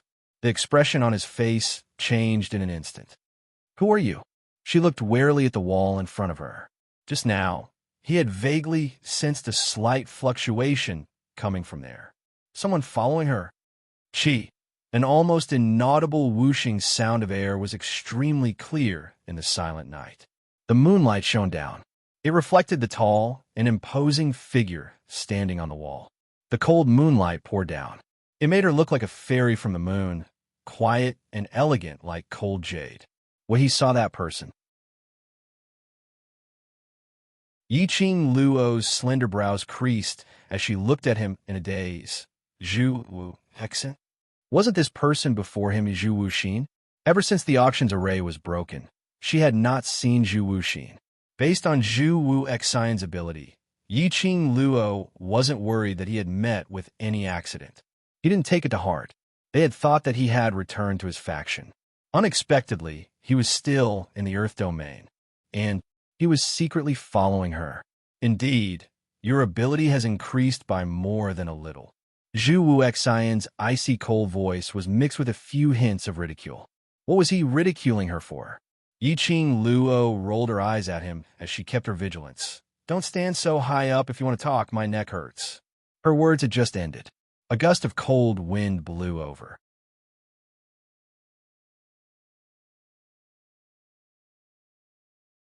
Chapter 3892. Really close. So close that the tip of his foot was pressing against hers. As long as he raised his head slightly, their breaths would collide with each other. Yi Qing Luo's reaction was swift. Almost at the instant when she raised her head, she retreated 2 steps backwards, widening the distance between her and Zhu Wu Xian. Then she asked, "Why are you following me?" Zhu Wu Xian didn't move, only using that pair of black, icy cold eyes to look at her quietly. His eyes were dark and heavy. Yi Qing Luo couldn't tell how many emotions were hidden under that pair of eyes. He didn't speak. Yi Qing Luo couldn't be bothered to ask further. She walked past Zhu Wu Xian and walked towards the direction of the Qiao residence. Taking a step, Zhu Wu Xian followed closely behind, hearing the footsteps behind her and the man's thick plum fragrance. This made Yi Qing Luo unable to ignore the follower behind her. She stopped in her tracks and turned her head to look at him. If you don't want to answer my question, then don't follow me. Zhu Wuxian's gaze was fixed on Yiqing Luo, looking at that pair of alluring eyes which made his heart fluttered like the stars' dazzling eyes. He went into a daze for a moment. The lines on his face became gentler, but Yiqing Luo felt a little unnatural from his weird stare. Yiqing Luo's slender brows creased into a bundle as a sliver of displeasure surfaced between her brows. Zhu Wuxian, if there's nothing, please don't disturb me. Yes. Zhu Wuxian looked at her eyes as he blurted out a word. Yiqing Luo stood on the spot. What's the matter, say it. Zhu Wuxian's cold eyes were calm, and his voice was calm without any ripples. I miss you. Yiqing Luo, goodbye, goodbye. Yiqing Luo left without turning back. Zhu Wuxian's expression congealed slightly. The lines which had finally softened suddenly turned cold and hard again. He stared at Yiqing Luo's back view. Between his brows, some black qi leaked out. Perhaps he had sensed something amiss. Yiqing Luo took 2 steps forward and swiftly turned her head around, as her expression was extremely grave as she looked behind her. His gaze swept past Zhu Wuxian, and then he quickly looked at the surroundings. The expression on his face became more and more solemn. Zhu Wuxian, did you sense a very strange aura just now? She asked. Zhu Wuxian's eyes flickered. His thick eyelashes hid all the emotions in his eyes, leaving only an icy chill. No, impossible. That fleeting sense of danger just now was definitely not an illusion. Zhu Wuxian would never let her feel such a sense of danger and unease in front of her. Therefore, there must be someone hiding in the dark. In the dark? Could it be? Yiqing Luo suddenly recalled that in the afternoon, Huangfu Trio had followed Huangfu Jintian to the treasures exchange. When Huangfu Fengyan left, she looked at her with a gaze. Her heart skipped a beat. Not good. Asheng and Zishi.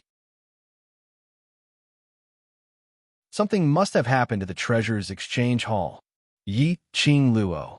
Zhu Wuxian stood in front of Yiqing Luo. His expressionless face was indifferent. Move aside. Yiqing Luo stretched out her hand to push Zhu Wuxian aside. But Zhu Wuxian grabbed her wrist with the back of his hand. Yiqing Luo struggled, but he didn't loosen his grip. His calm and indifferent face brought along an oppressive aura. Yiqing Luo's slender brows creased tightly. Since she couldn't struggle free, she might as well not move. She only raised her head as her charming eyes were coated with ice, looking at Zhu Wuxian's eyes without blinking. Your appearance, is it a coincidence, or Zhu Wuxian's ability was above hers?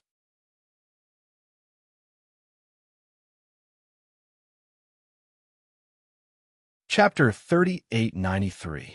But now, Zhu Wuxian intentionally stopped her here. This made Yiqing Luo think more. Zhu Wuxian's deep and icy cold eyes looked deeply at her suspicious gaze as his thin lips slowly rose, as though it was curled into an extremely shallow arc. That arc was very shallow, so shallow that Yiqing Luo could only feel his self-deprecation. In your heart, am I such a person? Zhu Wuxian's voice was also very faint, with a tinge of ridicule. The hand which he held her wrist tightened. Yiqing Luo took a small step back. Facing such a piercing, questioning, and hurt gaze, she really doubted herself. Did she make a mistake? After all, Zhu Wuxian indeed didn't seem like someone who would cooperate with others to complete some plans. It was just as he had said before. He would never do anything to hurt her. But there was a strange feeling in her heart, reminding her of something. That fleeting sense of danger just now was gone. And Zhu Wuxian's unresponsive attitude. It really made her have no choice but to think more. She exchanged glances with Zhu Wuxian for a moment. She kept away the suspicion and probing in her eyes as she shook her wrist which was being held. All right, I believe you, but you must let go of me now. My friend might be in danger. Not letting go. Zhu Wuxian leaned even closer. The plum fragrance from his body enveloped her. Yiqing Luo wasn't used to it and wanted to retreat, but Zhu Wuexin held her even tighter as he pulled her towards his direction.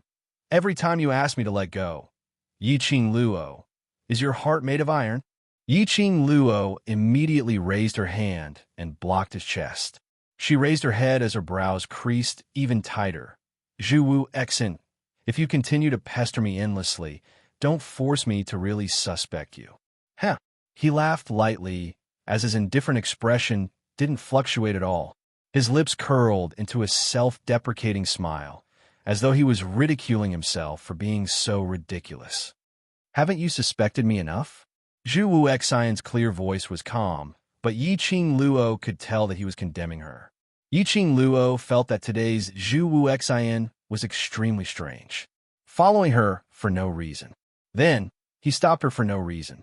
She didn't want to suspect Zhu Wuexin. However, Zhu Wuexin's current actions made her doubt him. Yiqing Luo's eyes darkened as a layer of frost appeared between her brows. In that case, your current motive is to not let me rush over to the treasure-gathering exchange? Zhu Wuxin's brows twitched slightly. Finally, he released Yiqing Luo's wrist. Yiqing Luo didn't even bother to take a look at him as she speedily flew towards the direction of the treasure-gathering exchange. Just as he moved, something tightened around his waist. Zhu Wuxin's wrist circled around her waist. Yiqing Luo's expression sunk. What exactly do you want to do? I'll go with you in case you run away. Zhu Wuxin narrowed his cold eyes. His clear voice was frighteningly deep, giving off a strange feeling of danger. Yiqing Luo's fingers touched his hand, which was wrapped around her waist, and with a nimble movement, she distanced herself from his approach. We can do it together, but don't get touchy. Except for emotion. If any other man approached her, she would feel repulsed. Not to mention, clasping her wrists and hugging her waist. Yiqing Luo's feet stirred up the wind as her speed was extremely fast. Zhu Wuexin was behind her, gazing deeply at her back view. In his black pupils, there seemed to be a whirlpool surging. This feeling was like every single time she would turn around and leave without any hesitation. She had never turned around to give him a look. In her eyes, he would never exist. He could only look at her back view forever.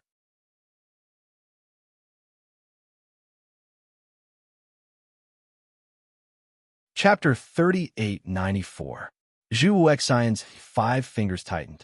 In his mind, the bewitching words of that person from secluded palace kept appearing.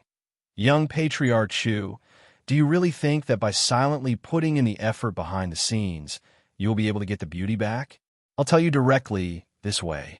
We'll never get Yiqing Luo's heart. Why do you think Yiqing Luo is so dead set on the Overlord even after she had agreed to marry you? It's because the Overlord knows how to make use of his advantage, to make Yiqing Luo slowly fall into his emotional trap. Young Patriarch Chu, you're too silly. Silly? He also felt that he was rather silly. Obviously, based on his character. If he wanted, he would plunder. If he couldn't get it, he would destroy it. But unfortunately, when facing Yiqing Luo, countless of times, his mind had already devised 100 ways to plunder Yiqing Luo. But every time he met Yiqing Luo's gaze, all of his thoughts turned into a blank. Couldn't bear to see any trace of loathing towards him in her eyes. Couldn't bear to see any trace of disappointment towards him in her eyes. Couldn't bear to let her treat him as a stranger in future. Couldn't bear to even plunder. How could he bear to destroy it? Zhu Wuexin felt that he was becoming more and more unlike himself. Treasures Exchange Hall. Pei Sheng and Gu Zishi were cleaning up the Treasures Exchange Hall. Pei Sheng and Gu Zishi were cleaning up the Treasure Gathering Hall. Pei Sheng and Gu Zishi were cleaning up the Treasures Exchange Hall. Almost subconsciously, the teacup in his hand had already been thrown towards a dark corner. Almost subconsciously, the teacup in his hand had already been thrown into the darkness. Gu Zishi fell into his arms as her face blushed slightly. Gu Zishi fell into his arms, her pretty face blushing. She also felt the cold, murderous air in the room. She also sensed the chilling aura that permeated the room. just as that teacup hit the dark corner. When the teacup hit the dark corner, it was already too late. A few figures speedily dashed out. Following that, a few assassins dressed in black jumped in from all directions. Then, a few assassins dressed in black jumped in from all directions, holding weapons in their hands that emitted a chilling light. Pei Sheng tightened his grip on Gu Zixi delicate body as he surveyed his surroundings. He then raised his eyebrows in alarm. There were at least 20 people in front of him. Each of them was tall and sturdy. Furthermore, the pressure from the Xian energy flowing through his body made it hard for him to breathe. "Who are you? Why are you causing trouble at treasure gathering?" This was Pei Sheng's first time encountering an assassin. His handsome face was filled with vigilance. Do it. Why would the assassin waste so much time talking to Pei Sheng? With a wave of his arm, he directed the other assassins to attack Pei Sheng. "Zixi, hold on tight." Pei Sheng's face darkened, and the dark golden light in his eyes flickered even more wantonly. Immediately after, a strong burst of dark force erupted from his body. A dark golden light swirled around Pei Sheng's body. Using his hand as a blade, he slashed out a few dark golden saber lights at the assassins who were coming at him from all directions. The dark rays slashed down, and the air seemed to have been cut open. The raging hurricane was like a wave, setting off huge waves. "Sheng, don't bother about me." Gu Zixi looked at the surrounding murderous assassins as a layer of cold glint surfaced in her eyes. 20 powerful assassins whose profound grades were not low, to let Pei Sheng deal with them alone, and he still had to protect her. This was absolutely taxing.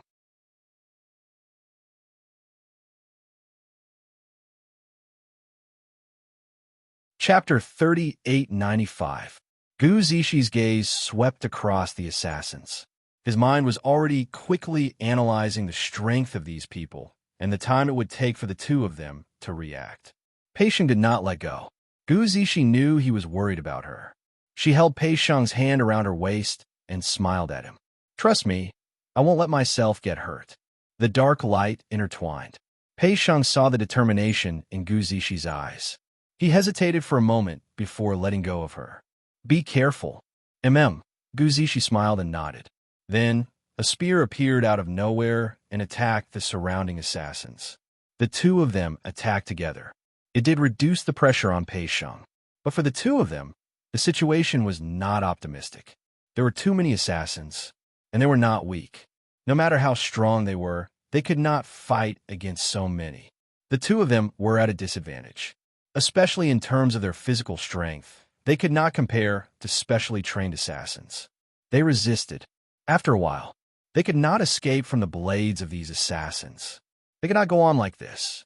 Pei Sheng and Gu Zixi were forced to retreat again and again. They fled into the backyard of Treasure Gathering Hall. There was no way out.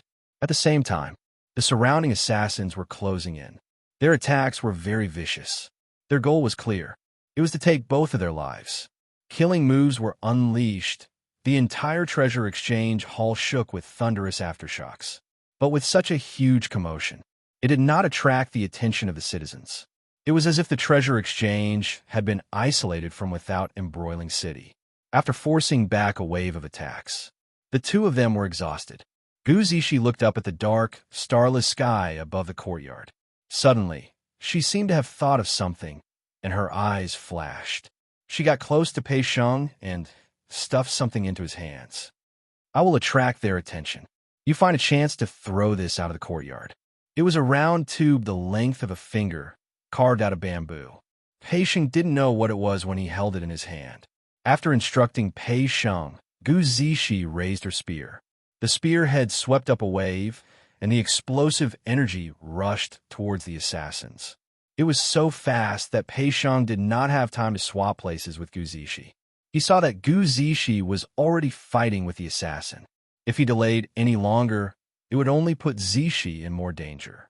Pei Sheng gripped the tube tightly, leaped up, and threw the item outside the courtyard. He didn't know if it was an illusion. When the tube flew out of the courtyard, he could vaguely see a transparent wave of light blocking the tube. However, immediately after, A wisp of dark golden, flowing light flickered within the transparent light wave. In the blink of an eye, the tube rushed out of the wall and landed outside the courtyard. Boom! There was a deafening explosion. A wisp of green smoke surged into the sky. The green smoke quickly filled the sky and formed a complicated pattern. Pei Sheng didn't have much time to pay attention to this strange scene. After making sure that the tube was thrown out of the hospital, some of the assassins had already sensed that something was wrong and quickly pounced towards him, wanting to stop him. Ugh! There was a muffled grunt. Gu Zixi's figure stood in front of him. The spear flipped, repelling the countless killer moves in front of it. However, the remnant might was still vibrating. Gu Zixi was hit in the chest. Zixi, Pei Sheng's pupils constricted. He quickly rushed forward and held Gu Zixi's delicate body. A trace of blood flowed from the corner of Gu Zixi's mouth.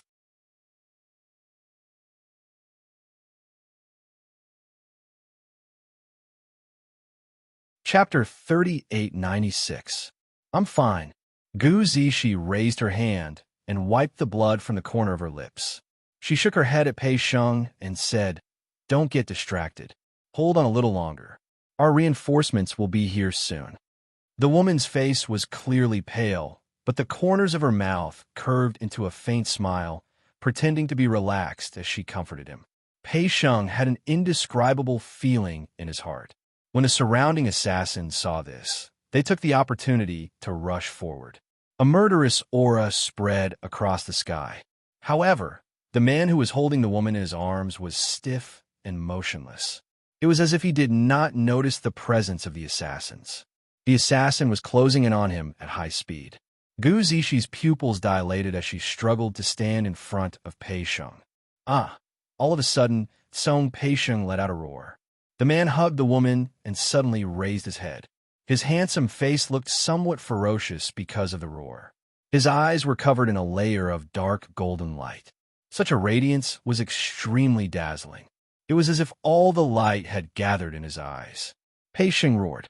The surrounding assassins who were swarming over were all sent flying by the intense flowing light that burst forth from Pei Sheng's body. When Yiqing Luo just rushed over, this was what she saw. She frowned slightly and looked at the man in front of her who was surrounded by flowing lights. The Huangfu bloodline in Pei Sheng's body was activated once again. This was not a good sign. This kind of frequent activation of the Huangfu bloodline was a little like her using a divine artifact or some other power to temporarily increase her strength. It was very easy for it to exceed the limits of her body. Suddenly, she sensed something and her ears twitched. A group of forces is approaching. Yiqing Luo's expression congealed slightly as she glanced sideways at Zhu Wuxian's direction. Chu Wuxi nodded expressionlessly. She raised her head and looked at the spreading smoke in the sky. This approaching force. Was Gu Zixi using this signal flare to call for reinforcements? Or were they from the killer's side? At this moment, Pei Sheng had already stopped shouting. He slightly tightened his arms around Gu Zixi and lowered his eyes. Because of Pei Sheng's roar and the aura bursting forth from his body, Gu Zixi was dumbfounded. Pei Sheng lowered his head. Her eyelashes fluttered, and when she met Pei Sheng's gaze, she froze. Pei Sheng's eyes were dark gold. It was different from the dark golden flowing light that flashed from time to time. The current him. His eyes were dark gold in color. It was a noble and majestic color. "Are you scared?" Pei Sheng gently bent down, kissed her forehead, and asked softly. Gu Zixi blinked her eyes and shook her head violently. No, don't be afraid. I won't let those people hurt you again." Pei Sheng's voice was still gentle. However, the expression on his face and his dark golden eyes were filled with a chilling, killing intent. He wondered if it was because of the color of her eyes. Gu Zixi felt that Pei Sheng's aura was so strong that he was too. 8 meters tall, Pei Sheng gently pushed Gu Zixi behind his back. His figure was tall and straight. He looked at the assassins who had been sent flying, and his dark golden eyes flashed with an extremely cold, killing intent. The assassins looked at each other for a moment. Then, They pounced on Pei Sheng. On the outer wall of the courtyard, two blazing figures were extremely eye-catching. The wind blew, and Zhu Wu Xian's clothes fluttered. His eyes were calm as he looked at Yi Qing Luo. Aren't you in a hurry to save him? Why aren't you making a move?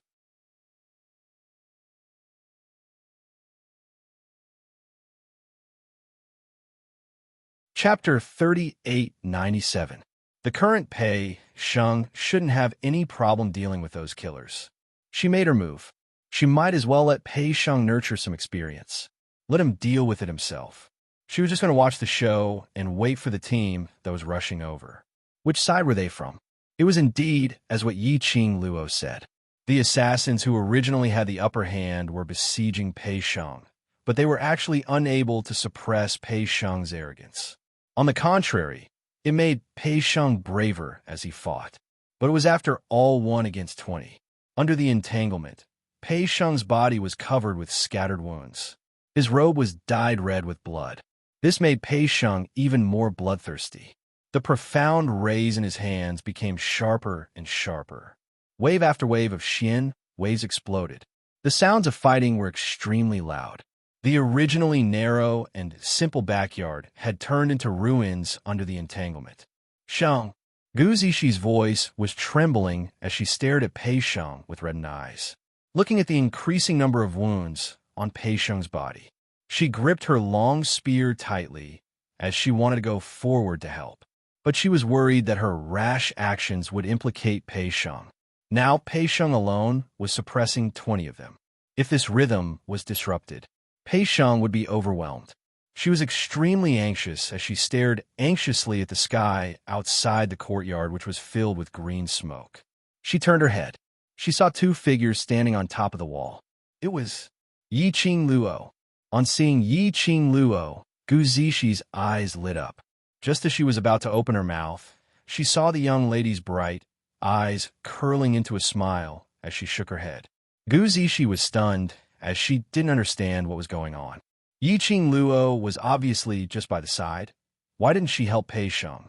But she was very clear in her heart. Yi Qing Luo absolutely wouldn't ignore Pei Sheng. Yi Qing Luo definitely had her reasons for making such a decision. No matter how anxious Gu Zixi was, she forcefully suppressed it down. Knowing that Yi Qing Luo was just by the side, she wasn't worried anymore. She's asking you for help. Chu Wuexin naturally noticed Gu Zixi's gaze as his lips twitched coldly. Yi Qing Luo's brows rose as her eyes flashed. Why do I feel that you seem to be more anxious than me? Zhu Wuexin sneered softly and said in a self-mocking manner, just now, in order to rush over to save these 2 people, you spoke coldly to me. Now that I've accompanied you here, you're watching the show. Do you think I can feel at ease? Your heart will also have times where it's not balanced. Yi Qing Luo slowly leaned in close to Zhu Wu Xian as her gaze looked straight at the direction of his heart. Zhu Wu Xian's expression was cold, and his gaze was somewhat indifferent. I only have feelings for you, but you will only treat me as if I have no feelings for you. Yi Qing Luo opened her eyes. His gaze returned to the battlefield below. The words that came out of his mouth were directed at Zhu Wuxin. My answer is the same as before. Zhu Wuxin, it's time for you to walk out of the past. You, who are always limited by the past, will never be able to let others see your heart. I only want you to see it. Zhu Wuxin's words of love came one after another. Yi Qing Luo felt that every time she met Zhu Wu Xian, Zhu Wuxin's cheesy words of love were upgraded. Every single time, it was even more seductive than the previous time. This didn't fit his image of an iceberg brother. Yi Qing Luo took a deep breath. Towards Zhu Wu Xian, who was extremely obsessed, he wouldn't listen to any of her rejections. Facing Zhu Wu Xian, she felt a sense of helplessness. Just at this moment, Yi Qing Luo's peripheral vision caught something. He's here.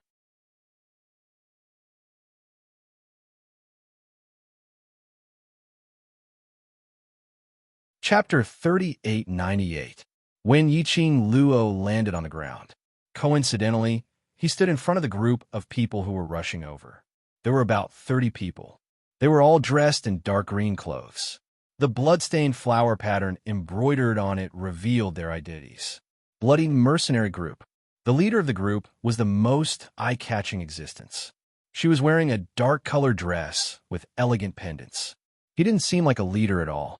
When Su Qingbing saw that the person blocking in front of her was Yi Qing Luo, the grave and anxious expression on her face faded a little. "Miss Yi, have you seen Zishi?" Yi Qing Luo nodded as she raised her hand and pointed towards the fading green smoke. "This is your Blood Mercenary Group's signal flare?" "Yes." Su Qingbing nodded. However, his eyes were looking around quickly. Finally, his gaze fell on the entrance of the gathering Treasures Exchange. "Captain, I can feel the fluctuation of Xian Qi coming from inside. Zishi should be inside."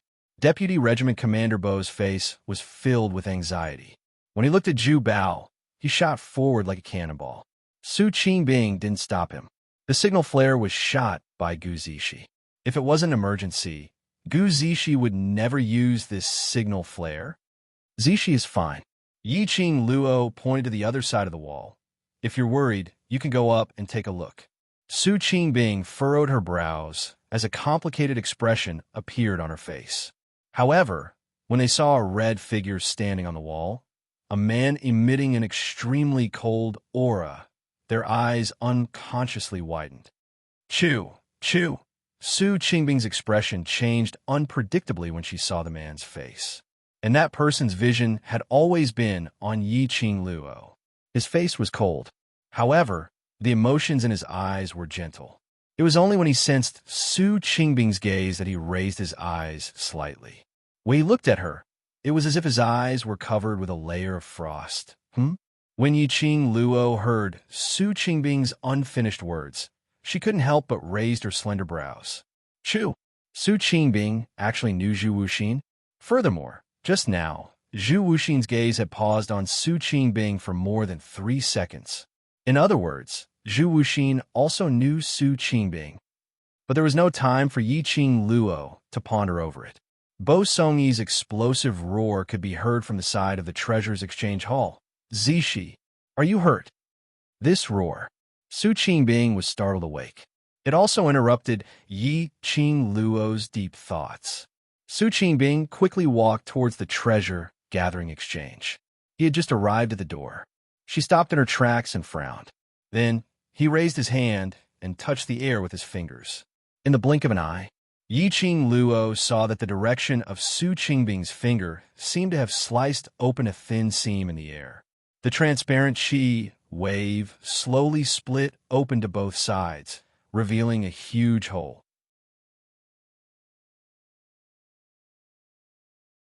A cold light flashed in Su Qingbing's eyes, and her slender fingers suddenly clenched tightly.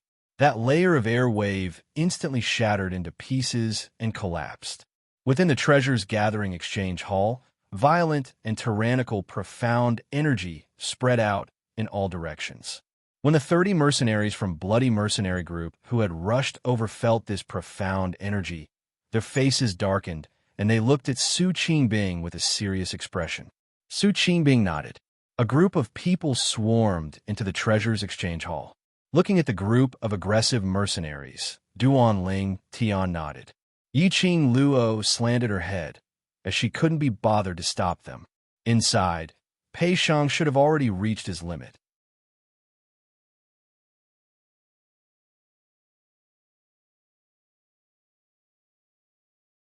Chapter 3899. With the addition of the Blood Mercenaries Group's mercenaries, how would those killers have any ability to resist? Especially, this was the first time Gu Zishi had used the signal flare. Under Su Qingbing's anxiety, she brought along the Blood Mercenaries Group's elite mercenaries. With this move, those killers could only wait to be captured. Yi Qing Luo and Su Qingbing walked to the backyard. Bo Songyi was supporting Gu Zishi as they walked over. Group leader, "Zishi is injured." Gu Zishi smiled at Su Qingbing. "Group leader, I'm fine, it's just a small injury." Su Qingbing looked at Gu Zishi's pale face and frowned slightly. "What's going on? Why are there killers here?" She raised her eyes and glanced at Bo Songyi. "Have you checked clearly?" Who are these killers here to kill? Mentioning this, Bo Songyi's expression sunk. He glanced at Pei Shang's direction from the corner of his eyes and gave a cold harumph. The trouble that lad created has caused Zishi to suffer. I'm really fine. It has nothing to do with Shang. Gu Zishi heard Bo Songyi's tone and immediately opened her mouth to explain. Bo Songyi couldn't help but sneer. He can't even protect you. What kind of man is he? Gu Zishi bit her lower lip as a sliver of anger surfaced on her face. Bo Songyi. You. Before she could finish her words, Su Qingbing interrupted. Shang? Not calling me brother anymore? Su Qingbing opened her mouth. She indeed suppressed Gu Zishi's accusation. Gu Zishi's face blushed slightly as she slowly lowered her eyelids, looking a little shy. Not brother anymore. TSK. Su Qingbing's lips curled as her elegant face broke out into a smile. Then congratulations, the clouds have parted to see the moon. Gu Zishi's face turned even redder. The two of them spoke one after another. Bo Songyi was completely stunned by the amount of information that was revealed. He looked at Gu Zishi in astonishment as his voice trembled. You, and that lad. Amen. Gu Zishi smiled as she nodded. The glow in Bo Songyi's eyes dimmed, but he pretended not to mind as he said, Congratulations.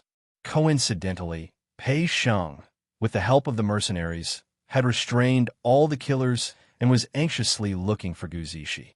When he saw Gu Zishi, he quickly walked over.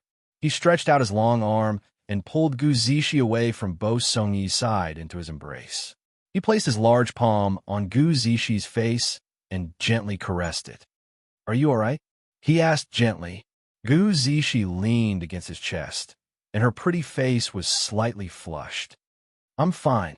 When their eyes met, Yi Shiwen's expression changed. It was as if there was no room for anyone else. Bo Songyi looked at his empty wrist, then raised his head and looked at Gu Zishi, who was obviously happy and sweet. His hand, which was suspended in midair, clenched into a fist. Su Qingbing walked over and gently patted his shoulder. Then he walked past Bo Songyi and walked into the courtyard. This melodramatic relationship drama made Yiqing Luo smack her lips nonstop. However, she did not intend to intervene in this melodramatic scene. She glanced at the two of them, and after confirming that they only had some superficial injuries, she followed Su Qingbing into the courtyard. When he passed by Pei Shang, she took out a medicine bottle and stuffed it into his hand.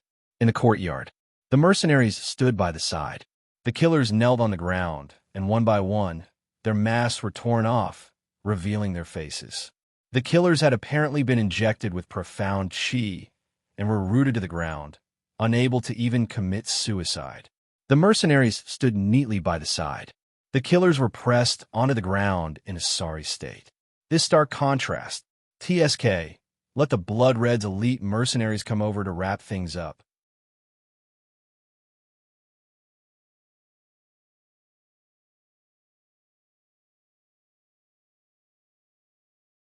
Chapter 3900. Yiqing Luo and Su Qingbing walked over. The killers' eyes widened as they stared at the both of them with hatred, as though they were conveying their thoughts. Don't try to dig out any information from us. I will not say anything even if I die. Kill me if you have the guts. Were killers afraid of death? No. They had to commit suicide if they failed the mission. They had the determination to die when they went out on a mission. What was there to be afraid of? So, other than the few killers who were killed by Pei Shang, the remaining 10 overkillers all had a I am not afraid of anything expression. Yiqing Luo swept past the killers' faces and asked Su Qingbing sideways, These killers, which killer force are they from? You may not believe it if I say it. Su Qingbing shot a glance at the killers as her lips curled into a ridiculing arc. From their attire, these killers should be from Heaven Realm, Killer Alliance. Heaven Realm? Yiqing Luo's lips twitched. She really couldn't believe it if she said it out. This bunch of weak scum killers. Before Pei Shang's transformation, he was already able to fight against 20 of them, although they were at a disadvantage. But they weren't able to kill Pei Shang, especially the moment the mercenaries came over. They didn't even have the chance to resist, and were directly pressed on the ground? Wasn't this too useless? Killers from Heaven Realm? So weak? Surely it wasn't a joke? No. Seeing the meaning of Yi Qing Luo's expression, Su Qingbing directly responded, "Because I brought the elites from Blood Red." Her words paused slightly, as though she was afraid that Yi Qing Luo didn't understand. She explained, "These elite abilities are well known in Heaven Realm." Yi Qing Luo sucked in a breath of cold air. "They're in the Earth Realm. Doesn't that violate the balance of the realm? Won't the balance historian interfere?" Generally speaking, when one's ability reached a certain level, after accepting the assessment, they would be forced to ascend to the next realm. Su Qingbing gave her a "you are a country bumpkin" look. As long as you don't do anything that violates the balance of the realm, the historian can't do anything. All right, if that was the explanation, then these Heaven Realm killers wouldn't be that weak. But Yi Qing Luo felt that they were still quite weak. The Assassin Alliance was the largest assassin organization in Heaven Realm. With a high status, the price would naturally be high. The customers who accepted orders were either rich or powerful. Yi Qing Luo narrowed her eyes. He already had a candidate in mind. "Do you know who the mastermind is?" Su Qingbing raised her eyebrows. "If you know, then kill these people." Yi Qing Luo went into a blank, as her charming eyes lifted up slightly, meeting Su Qingbing's eyes. This woman seemed to be very observant. What she wants, Su Qingbing could guess it very quickly. Su Qingbing, on the other hand, was calm. After their eyes met, she even smiled at her. Yi Qing Luo hid the probing look in her eyes and replied with a smile, "The killer from the Heaven Realm. The target is Pei Sheng, except Pei Sheng." Yi Qing Luo hadn't even finished her words. Suddenly, an anxious voice descended from the sky. Then, a figure rushed into the courtyard. The man scanned his surroundings. After locking onto his target, his figure flashed, and he dashed over. Pei Sheng was applying medicine on Gu Zixi wound. Suddenly, his shoulder was grabbed by an enormous force. His body was turned to the other side. She saw an old, wrinkled face and a pair of concerned and worried eyes. Old master." Pei Sheng was so shocked that he stuttered.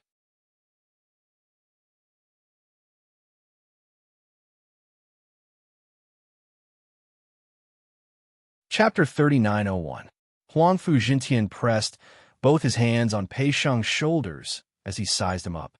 Finally, her gaze landed on the pair of eyes that were covered in dark, golden, flowing light. "Your eyes." Huangfu Jintian's white brows creased tightly. "Are you all right? Earlier I sensed that you had once again activated the Huangfu family's energy, and I was worried about you, so I followed the feeling and rushed over." After seeing Pei Sheng's eyes, Huangfu Jintian knew that what he had sensed earlier wasn't an illusion. When Pei Sheng heard that, his throat tightened as his eyes stared blankly at the old man in front of him. His heart tightened a little. For so many years, this was the first time he felt concern from an elder. "What's the matter? Are you hurt somewhere?" Huangfu Jintian saw that he didn't speak for a long time as his white brows creased even tighter. He pulled Pei Sheng's arm and took his pulse. Pei Sheng regained his senses as he hurriedly shook his head. I'm fine. Luckily, Blood Mercenary Group and Al Luo rushed over. I'm fine." Huangfu Jintian, who was taking Pei Sheng's pulse, frowned even tighter. This child's body was too weak. He could tell that he had absolutely suffered hardships since young. He had to recuperate properly in future. Finding out that Pei Sheng's body was weak, Huangfu Jintian's heart doted on Pei Sheng even more. He patted Pei Sheng's shoulder as he shifted his attention to the surroundings. When he saw the rows of disheveled killers kneeling on the ground, his gaze suddenly turned sharp. What on earth is going on? Huangfu Jintian strode towards the middle of the courtyard. The current him had a cold, hard expression, as his dignified and noble aura wasn't concealed at all. Step by step, he neared the killers. It suppressed the formless pressure. Yi Qing Luo had not expected that Huangfu Jintian would actually rush over. But just from Huangfu Jintian's reaction and performance earlier, he was indeed a qualified elder. His concern towards Pei Sheng came from the bottom of his heart. But even after Pei Sheng went to Heaven Realm, with Old Master looking after him, he would still be surrounded by danger. There were some things that she had to remind Old Master. Thinking of this, Yiqing Luo squinted her eyes slightly as her pink lips curled up as she spoke out softly. Does Old Master Huang Fu really want to know what's going on? Someone dares to hurt my grandson. You're really not putting my Huang Fu family in your eyes. Huang Fu Jintian was furious to the extreme. He raised his leg and kicked the chest of an assassin. I'll definitely get to the bottom of this matter. There's no need to investigate. Yiqing Luo's lips curled up lazily. Old Master, don't be too full of yourself, after all. If you were to slap his face later, it would hurt Ah Sheng's heart. Yiqing Luo's words were already very straightforward.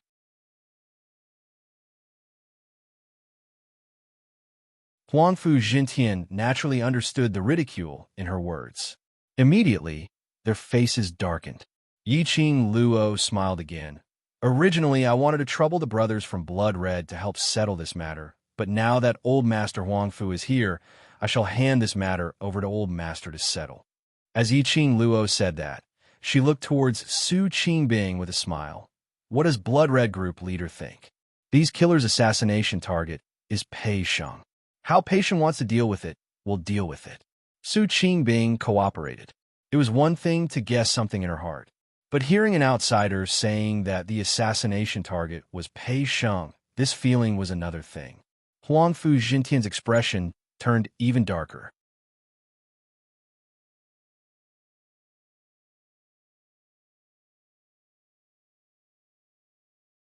Chapter 3902.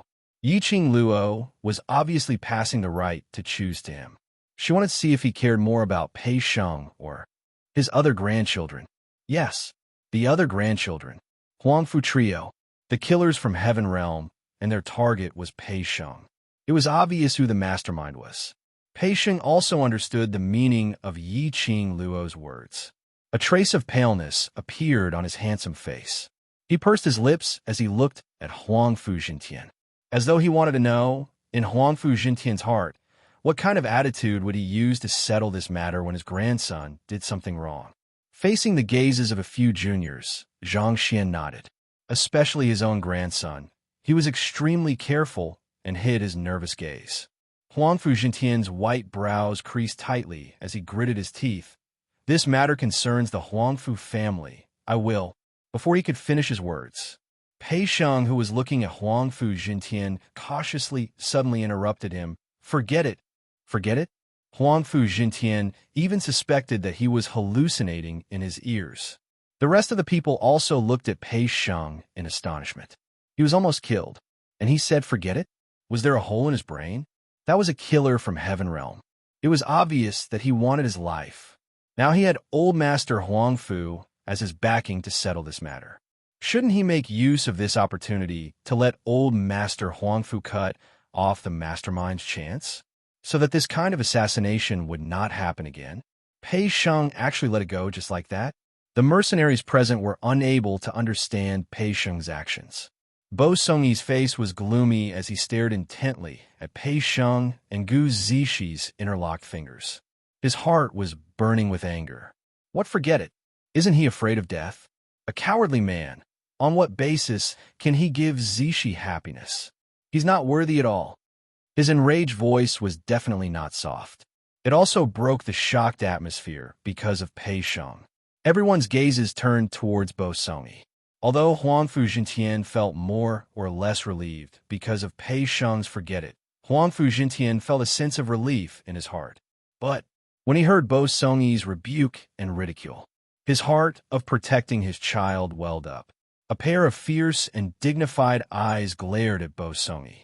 Bo Songyi was forced to step back by Huang Fu Jintian's gaze.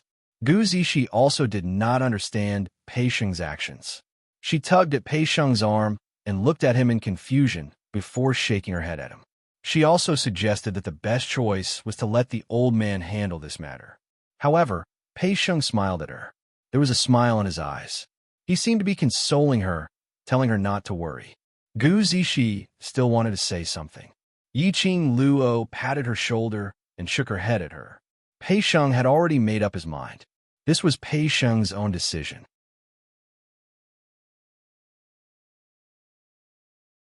He had his own considerations when he chose to forget it. Gu Zishi pursed her red lips. In the end, she did not speak again. She only held the man's arm tightly with one hand and used her actions to tell him, "She's always been there." The other side, Su Qingbing had already turned to the side and stood in front of Bo Songyi, blocking the old man's gaze. Huangfu Jintian retracted his gaze and looked back at Pei Sheng as he frowned. "You've been wrong today, are you sure? You don't need me to stand up for you?" Pei Sheng didn't avoid his gaze this time. Instead, he met the old man's gaze and nodded. "I'm sure this matter. Let's forget about it."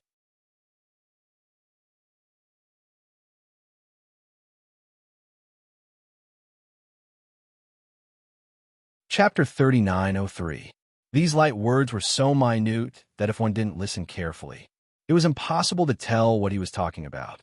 Because of this, Huangfu Jintian felt his heart jolting as though it was touched by something. These words were like needles stabbing into his heart. It was so uncomfortable. This child, what kind of life had he led in the past? Was that why he was being so careful now? Not wishing for him to be put in a difficult position. Just let go of the chance to take revenge? Huangfu Jintian was very clear what kind of people his 3 grandchildren were. Even if Pei Sheng let them off, those 3 people wouldn't be grateful. On the contrary, they would be insatiable. In a large family like the Huangfu family, Huangfu Jintian wasn't averse to this kind of battle. But seeing Pei Sheng, he always had a kind of guilt and heartache feeling. Huangfu Jintian took a look at Pei Sheng as his expression was dignified as he spoke resolutely. "Lad, you don't need to say any more. If I can't even protect my own grandson, then what's the point of bringing you back to the Huangfu family? I have my own plans for this matter." Pei Sheng opened his mouth and wanted to say something, but looking at Huangfu Jintian's gaze, he still kept his mouth shut. Huangfu Jintian patted Pei Sheng's shoulder heavily. "Don't worry, no matter what, grandfather will help you to shoulder it." Pei Sheng's eyelashes moved as he looked at Huangfu Jintian in a daze. Somewhere in his heart was being softened bit by bit. His lips moved. Grandfather. The word grandfather had yet to come out of his mouth. Suddenly, he felt a gust of cold wind, bringing along a lady's fragrance. It was accompanied by a lady's anxious voice. "Grandfather, why aren't you resting in your room? Why did you come out alone?" A slender figure stood in between Pei Sheng and Huangfu Jintian. It was Huangfu Fengyan. Her face was filled with anxiety as she looked at Huangfu Jintian with an anxious expression, as though she was worried about something. At this distance, she could see the fine sweat on Huangfu Fengyan's forehead. Apparently, she had sprinted over. Yiqing Luo specially swept a glance towards the direction where Huangfu Fengyan came from. But she didn't discover those 2 young masters from the Huangfu family. She raised her brows, feeling a little curious. Those 2 people actually didn't follow? Huangfu Fengyan actually came here alone? When he saw Huangfu Fengyan, Huangfu Jintian's face darkened. His expression was extremely ugly as he gave Huangfu Fengyan a backhand slap. Huangfu Fengyan was hugging onto Huangfu Jintian's arm and was unable to avoid it all. Like a stone that was ejected, he flew out and fell heavily on the ground. Huangfu Fengyan was stunned by the beating. He sat stiffly on the ground. Around her, there were battered and exhausted killers, staring at her with wide eyes. Huangfu Fengyan's heart fell to the bottom. These assassins, all of them failed. As soon as her grandfather saw her, he gave her a slap. In other words, Grandpa already knew. Huangfu Fengyan widened her eyes in horror. No, absolutely not. He couldn't ruin his image in his grandfather's heart. Huangfu Fengyan couldn't be bothered about the intense pain from being slapped flying, and her eyes were red as she looked at Huangfu Jintian pitifully. "Grandfather, why did you hit Yin? I don't have a granddaughter like you." Huangfu Jintian's expression remained unchanged.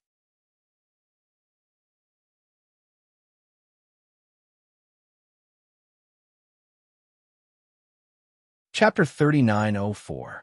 She swayed as she stood up. He purposely revealed his red and swollen face from the beating, in an attempt to arouse Huangfu Jintian's pity. Grandfather, don't listen to other people's slanderous words. That Yi Qing Luo, she had previously harmed Yin in this way. Huangfu Fengyan pointed at Yi Qing Luo as she cried out in grievance. Yi Qing Luo. Why did the blame fall onto her again? Huangfu Jintian felt even more disappointed. But, in front of so many people, he tried his best to suppress his anger.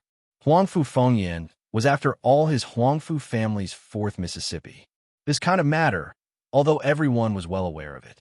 But they had to close the door and settle it privately. Otherwise, the entire Huangfu family's reputation would be thrown away. Huangfu Jintian retracted his sharp gaze, and when he looked at Pei Sheng, he became even more benevolent than before. He patted Pei Sheng lightly. Pei Sheng, I will definitely give you an explanation. Really no need. Old master, don't affect Huangfu family because of me. Pei Sheng took a look at Huang Fengyan as he shook his head and rejected. The more he rejected, the more old master doted on him.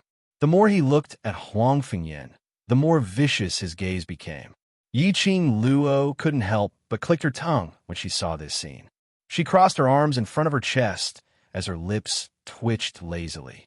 Following that, she pulled Gu Zishi to her side and whispered in her ear, Your Ah Sheng has improved. He actually knows how to scheme. At this point in time, no one knew Pei Sheng better than Gu Zishi, so she naturally understood Pei Sheng's meaning. She smiled as her eyes revealed some pride. No matter what he does, I like him. Yi Qing Luo pinched her. I know you like him. There's no need to keep talking about it. I'm just curious. How did your Ah Sheng suddenly light up this skill? White lotuses were not only limited to women. When a man turned white, it was even scarier. For example, the current Pei Sheng. He said forget it. Did he really think that it was over? Not possible. Not possible. How could it be over just like that? If it was according to their previous thoughts. Directly pass this assassination matter to Old Master to handle. Indeed, they could get an explanation. But in the end, the Huangfu trio would absolutely not suffer too much damage. And in the future, it might even get worse, for example. He could be even more ruthless. But Pei Sheng chose to give up on revenge on purpose. She felt sorry for the old man. Not only did she put herself in the position of a victim, but she also put herself in the position of a pitiful person who was not loved or loved. In this way, how could the old man really let it go? The old master would only feel sorry for Pei Sheng. They would not easily let off the mastermind behind the assassination, even if Huangfu and the other two didn't receive any substantial punishment in the end. However, in the future, the old master would feel guilty and dote on his kind-hearted and relatable little grandson even more. Pei Sheng's move. It was a beautiful move. Gu Zishi's eyes sparkled as she looked at Pei Sheng. Yi Qing Luo couldn't stand this simple-minded couple style as she pushed Gu Zishi to Pei Sheng's side, interrupting Huangfu Fengyan's sob. Old man, it's getting late. Everyone should disperse. Ah Sheng and Zishi's wounds need to be treated as well. Mention the wound. The old man felt even more guilty.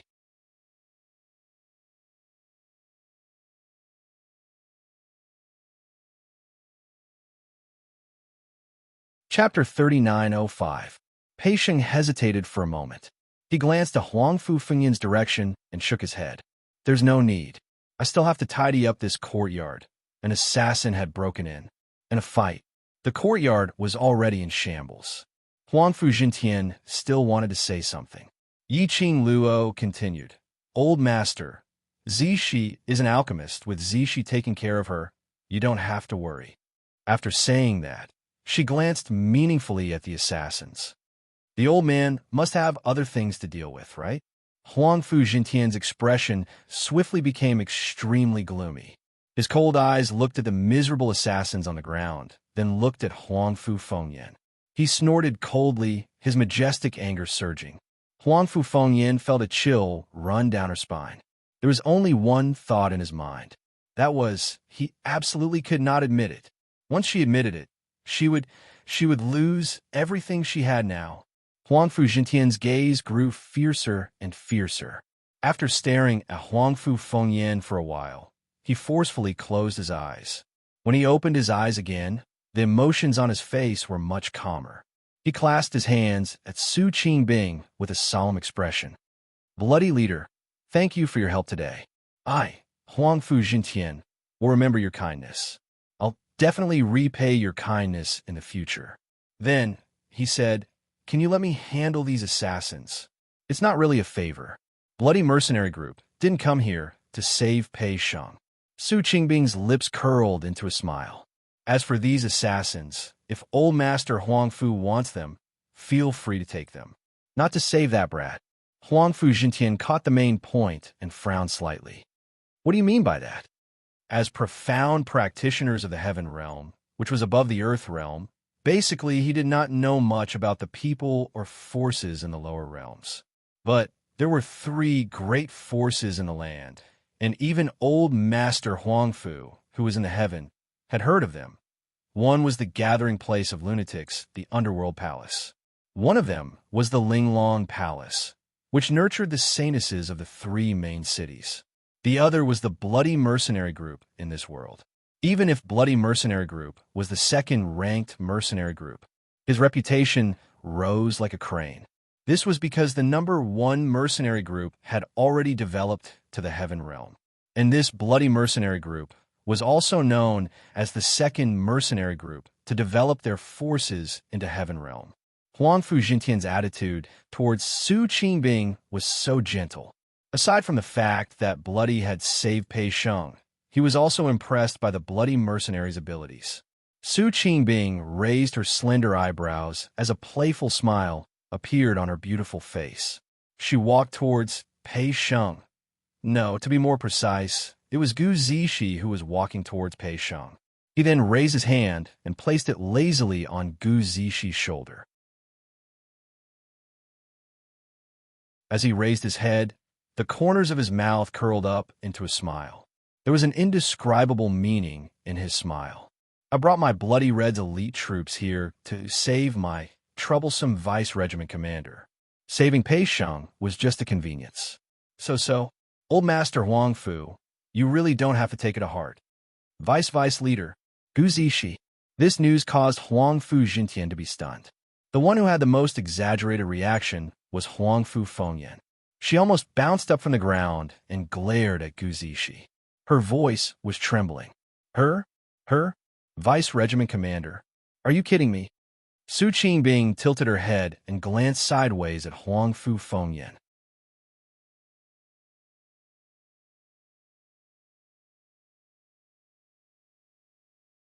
Chapter 3906. No, I don't believe. Huangfu Fengyan's eyes widened in disbelief as her body staggered. She had naturally heard of the Blood Mercenary Group's name. She also knew that it was a mercenary group which many large forces admired. Gu Zishi, that slut, was just a lowly slut who could only cling onto Pei Sheng's illegitimate son.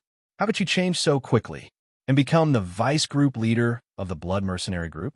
Vice group leader. It wasn't as simple as the Blood Mercenary Group. That was second only to the group leader. Huangfu Fengyan couldn't believe that the lady whom she had belittled would have such a powerful background. Huangfu Fengyan's sharp voice made Pei Sheng regain his senses. He also widened his eyes in shock and astonishment. He only knew that Gu Zishi and the Blood Mercenary Group had a good relationship. It was rumored that Gu Zishi had saved the Blood Mercenary Group's group leader on the West Cliff Mountain, hence the Blood Mercenary Group would occasionally help Gu Zishi or gather treasures. But he had never thought that. Gu Zishi and the Blood Mercenary Group had such a deep relationship. In his mind, he suddenly recalled what Yi Qing Luo said previously. Gu Zishi gave up everything in the earth realm and followed him to the heaven realm. This everything, he didn't think too deeply at that time. Until now, he finally understood. This everything was really Gu Zishi's everything. She could even give up the identity of the Blood Mercenary Group's vice group leader. Gu Zishi's feelings for him. How deep was it? Pei Sheng only felt his heart suddenly constricting, as if something was squeezing it tightly. His eyes felt a little warm and sore. He looked at Gu Zishi without blinking. Suddenly, he stretched out his hand and hugged Gu Zishi's petite body tightly in his arms. His head rested on Gu Zishi's shoulder. He said firmly, "Zishi, when we reach the heaven realm, we'll get married." Get married? These two words made Gu Zishi grab Pei Shang's clothes tightly in surprise. Her eyes instantly turned red as she nodded her head vigorously. The two of them hugged each other tightly. On the other side, Huangfu Jintian took a deep look at the two of them hugging each other and looked at Su Qingbing, although he didn't show it on his face. But in his heart, he was shocked when he heard this news. In his heart, he was even more satisfied with his grandson and the woman that he had taken a liking to. In his heart, a decision was slowly forming. His expression was solemn as he looked at Su Qingbing and said, "Regardless of the reason why Leader Scarlet had intervened, it is a fact that Leader Scarlet has saved that boy. I will definitely remember this kindness. As for other matters, don't worry, Leader Scarlet. Since I've personally brought that boy and Lady Gu to the Heaven Realm, I will definitely protect them. Any intelligent person would be able to tell." Su Qingbing had purposely revealed the reason why Gu Zishi was the vice leader of Bloody. To put it bluntly, he didn't want to show Gu Zishi how powerful she was. At the same time, it would change Gu Zishi's position in the Huangfu family's heart. It was also a warning to Old Master Huangfu. Gu Zishi was not someone without a backer. If Gu Zishi was injured in the Heaven Realm, Bloody Mercenary Group would be the first to stand behind Gu Zishi and take revenge for her with all their might. The group of people said a few more words. Old Master Huangfu dragged Huangfu Fengyan away. The Bloody Mercenaries followed behind Elder Huangfu with the assassins in tow. After a while, the courtyard quietened down again. Yiqing Luo took a look at the two who were still hugging each other tightly and sighed. What a pair of silly lovers. Muddle-headedly registered for the QQ reading character ranking. The babies helped to make a heart sign and gave a like. They didn't wish to rush into the top 40. They only wished to be in the top 100 and not let the crippled 7 emperors appear too desolate.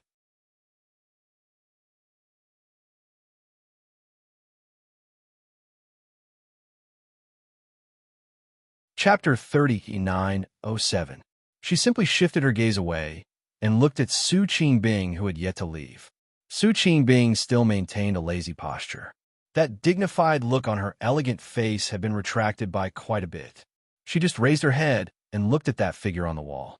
Between her beautiful eyes, there was some brilliance flowing. But when Yiqing Luo took a careful look, it was a stretch of deep, without a single bit of emotion. She followed Su Qingbing's gaze. On the wall, the red-robed man who was standing against the wind met her eyes expressionlessly. The person Su Qingbing was looking at was Zhu Wu Xian. She raised her brows, feeling that she seemed to have discovered something incredible. Since he's safe, I'll make a move first. I'll leave these two fools in your care. Su Qingbing seemed to have sensed Yiqing Luo's gaze and immediately retracted her gaze, as she pretended not to mind and waved her hand. Yiqing Luo's eyes curved into a crescent shape as her figure moved and appeared next to Su Qingbing. She raised her hand and hooked onto Su Qingbing's shoulder. The young lady gave a teasing smile as she teased. "Why, are you in a hurry to leave, afraid that I'll see through some secret that I shouldn't see?" Su Qingbing's beautiful eyes flashed as she subconsciously looked at Zhu Wu Xian. After this action was done, Su Qingbing then realized that she had been hooked. Yiqing Luo's smile deepened. Her curved brows and narrow, long eyes outlined an arc, like a blooming datura flower, so alluring that it made one suffocated. Tisk! Su Qingbing's look made Yiqing Luo even more interested. She was really curious. What had happened between Su Qingbing and Zhu Wu Xian? She could tell. Su Qingbing's impression of Zhu Wu Xian was very deep. I have to return to Blood Color headquarters first. Su Qingbing's hair stood on end from Yiqing Luo's meaningful smile. She hurriedly found an excuse. She turned around and hurriedly leapt up the wall. On top of the wall, Su Qingbing intentionally halted her footsteps. Her vision clashed with Zhu Wu Xin. In just a few breaths' time, she raised her breath again, and her figure flashed as she blended into the night. The courtyard, which had turned into ruins, fell into a strange silence. That pair of foolish lovers were still hugging each other, unwilling to part. A fool is a fool, hugging each other and feeling each other's warmth. This was their happiness. But Yiqing Luo shot a glance at the both of them as her lips suddenly curled into a crafty arc. Then, he lifted his leg and kicked Pei Sheng's butt. Pei Sheng's entire body was kicked forward by the force. Gu Zishi almost lost her footing. Following that, several medicine bottles were stuffed into their arms. Get out of the house and make love. Yiqing Luo turned their bodies around and pushed them towards the room which wasn't affected by the battle earlier. Pei Sheng was forcefully pushed to the door as he struggled to turn his head around to take a look at Yiqing Luo. But because of Yiqing Luo's strength, he was unable to resist at all. Luo, don't tell me you don't like our relationship because His Majesty is not here and you can't stand it? Yiqing Luo's expression instantly sunk. The hand that grabbed Pei Sheng's shoulder suddenly tightened. Pei Sheng screamed miserably as his shoulder struggled to pull away from Yiqing Luo's palm. It was so painful that he almost cried. Yiqing Luo gave a fake smile. If you still want to hug a beauty to sleep tonight, you'd better shut your mouth and roll into the room. Pei Sheng, this smile is so scary. He swiftly hugged Gu Zishi tightly as he escaped into the room.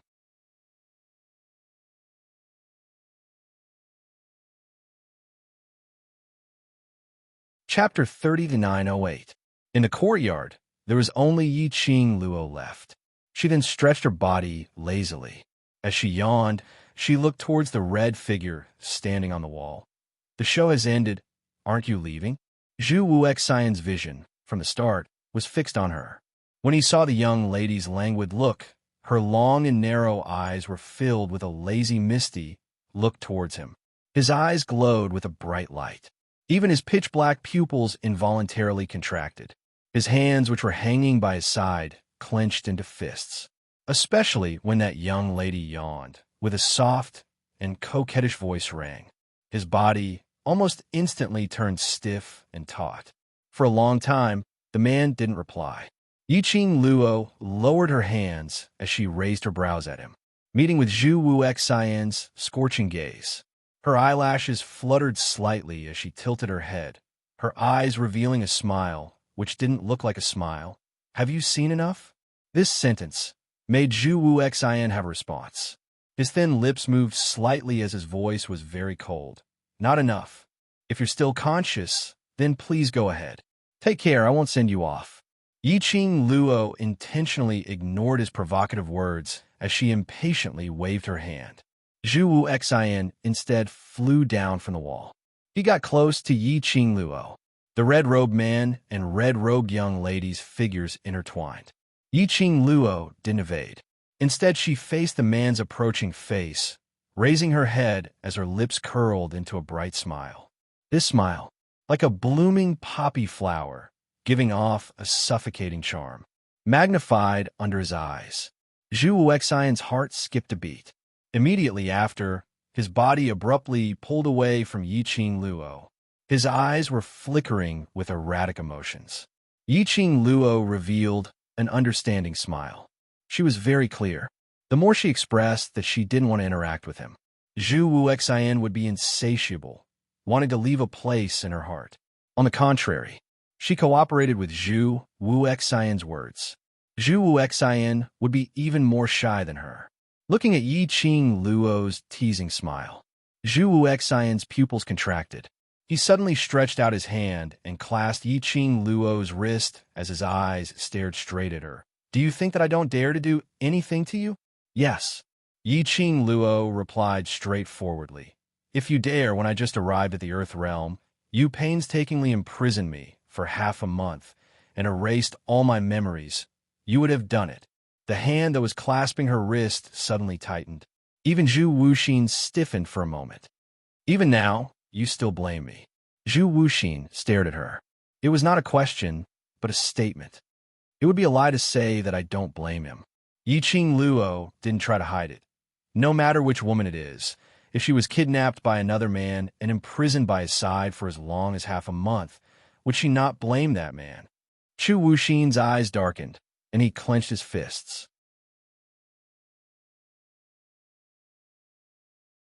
His slender fingers pressed onto Yiqing Luo's wrist, causing some pain. Zhu Wuxian didn't bother about Yiqing Luo's slightly creased brows because of the pain, but instead pressed down even tighter. Even the words that came out of his mouth were mixed with the meaning of gnashing his teeth. I shouldn't have been soft on you in the first place. Not soft. His meaning was that he should have taken the opportunity to eat her up in the first place. Yiqing Luo laughed lightly, but there wasn't any hint of a smile in her eyes. If you really did that, then between us, there would no longer be any feelings. The next time we meet, we will be enemies. Enemies too. At least, you will not belong to that man. Chu Wuxin's eyes seemed to be surging with waves.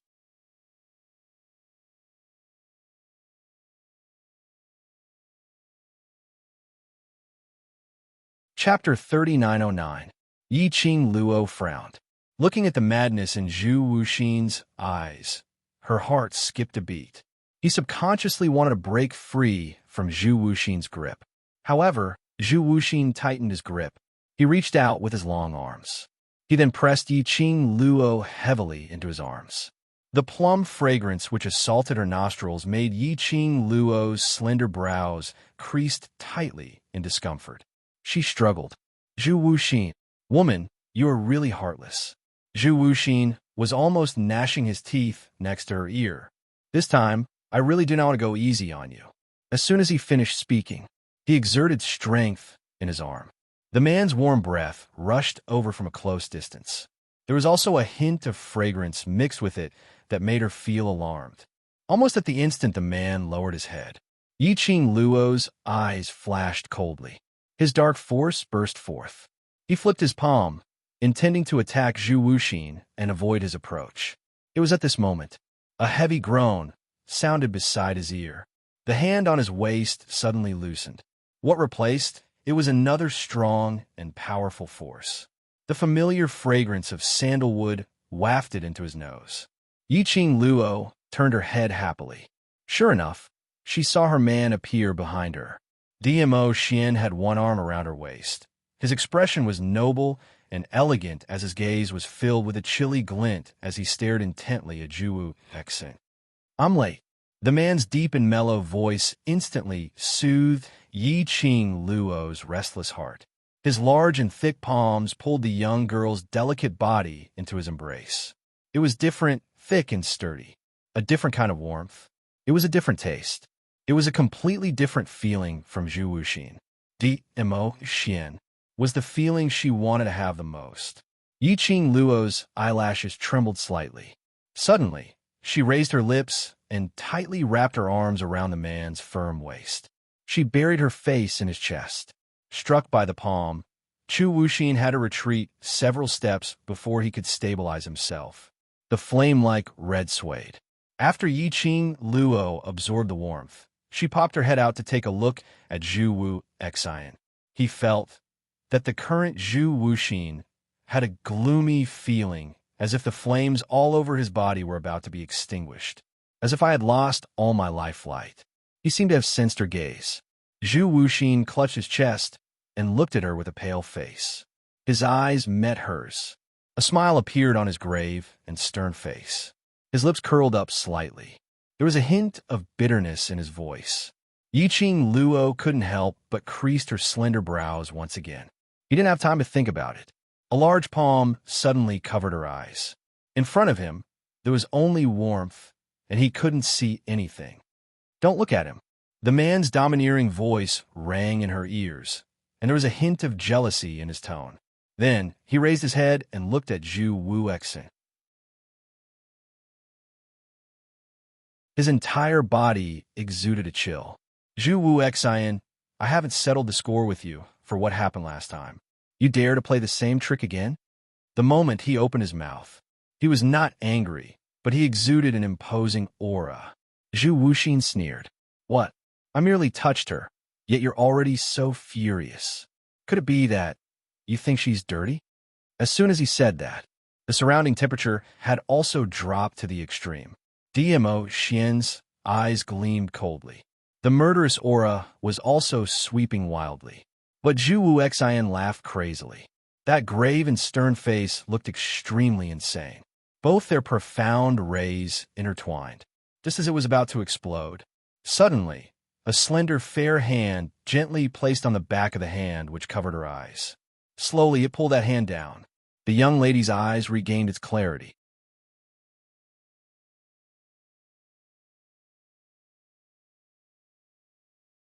Chapter 39:10. The young lady's alluring face was filled with calmness. The corners of his lips curled into a mocking sneer. Even the gaze which she shot towards Zhu Wu Xian was filled with viciousness. This gaze made Zhu Wu Xian's heart felt as though it was pierced by something as it trembled fiercely, as though something was gradually disappearing between him and Yi Qing Luo. The red-robed man's eyes were filled with madness. At this moment, there was finally a slight fluctuation. The wind brought along the young lady's ridiculing laughter. Zhu Wu Xian, do you think that after knowing that you imprisoned me for nearly half a month, I will still be defenseless against you? Zhu Wu Xian, do you think that after doing this, I will belong to you again? Zhu Wu Xian, the dirty person is you. The young lady spoke each word extremely clearly. Her voice was very sweet, but in Zhu Wu Xian's ears, it was like a sharp blade, fiercely slicing his eardrums. That sharp blade went down from his ears to his heart, and then slowly sliced his heart bit by bit. Unbearable pain. Zhu Wu Xian shut his eyes tightly. From the moment you made a move against me earlier, I was completely certain. Earlier you stopped me several times, not allowing me to rush over to save Pei Sheng, obviously, on purpose. At that moment, Yi Qing Luo was already suspicious towards Zhu Wu Xian's appearance. But because it was Zhu Wu Xian, she didn't investigate further, because she knew that Zhu Wu Xian's obsession towards her would absolutely not harm her. So she chose to believe in Zhu Wu Xian. Until just now, when she smelled that fragrance from a man. Yi Qing Luo then realized that everything was because she was too naive. From the start of Zhu Wu Xian's appearance till now, all had a motive. Yi Qing Luo, Zhu Wu Xian heard Yi Qing Luo's ridiculing words. And when she looked at him, that disappointment and ridicule. His heart felt as though it was being sliced into pieces. He subconsciously wanted to explain, Yi Qing Luo is not. Are you trying to say that it's not what I think? Yi Qing Luo interrupted his words, as her smile became even more contemptuous. Even between his brows, there was a mocking smile that was not a smile. Zhu Wu Xian. Suddenly, she called his name in a serious tone. The young lady withdrew herself from Dmo Xian's embrace as she lifted her light footsteps and walked towards him. The girl's expression was cold, and her picturesque eyebrows were filled with killing intent. Zhu Wu Xian felt an inexplicable sense of nervousness. He was so nervous that he could only stare at the girl's approaching face and clench his fists tightly, waiting for her to continue. You want to explain, right?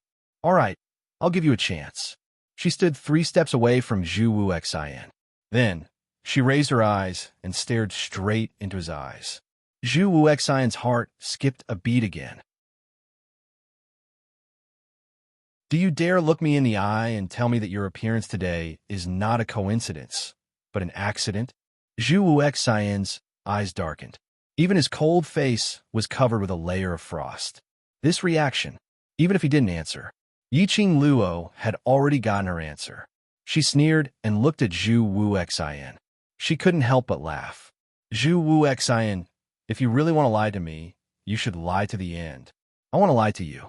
Zhu Wu Xian's expression was gloomy and cold as his eyes stared deadly at Yi Qing Luo, as a whirlpool appeared in between his brows. But I know that the minute I really lie to you, you will really become a stranger to me. Amen, it's not fake. Yi Qing Luo smiled. Her smile was gorgeous, absolutely beautiful.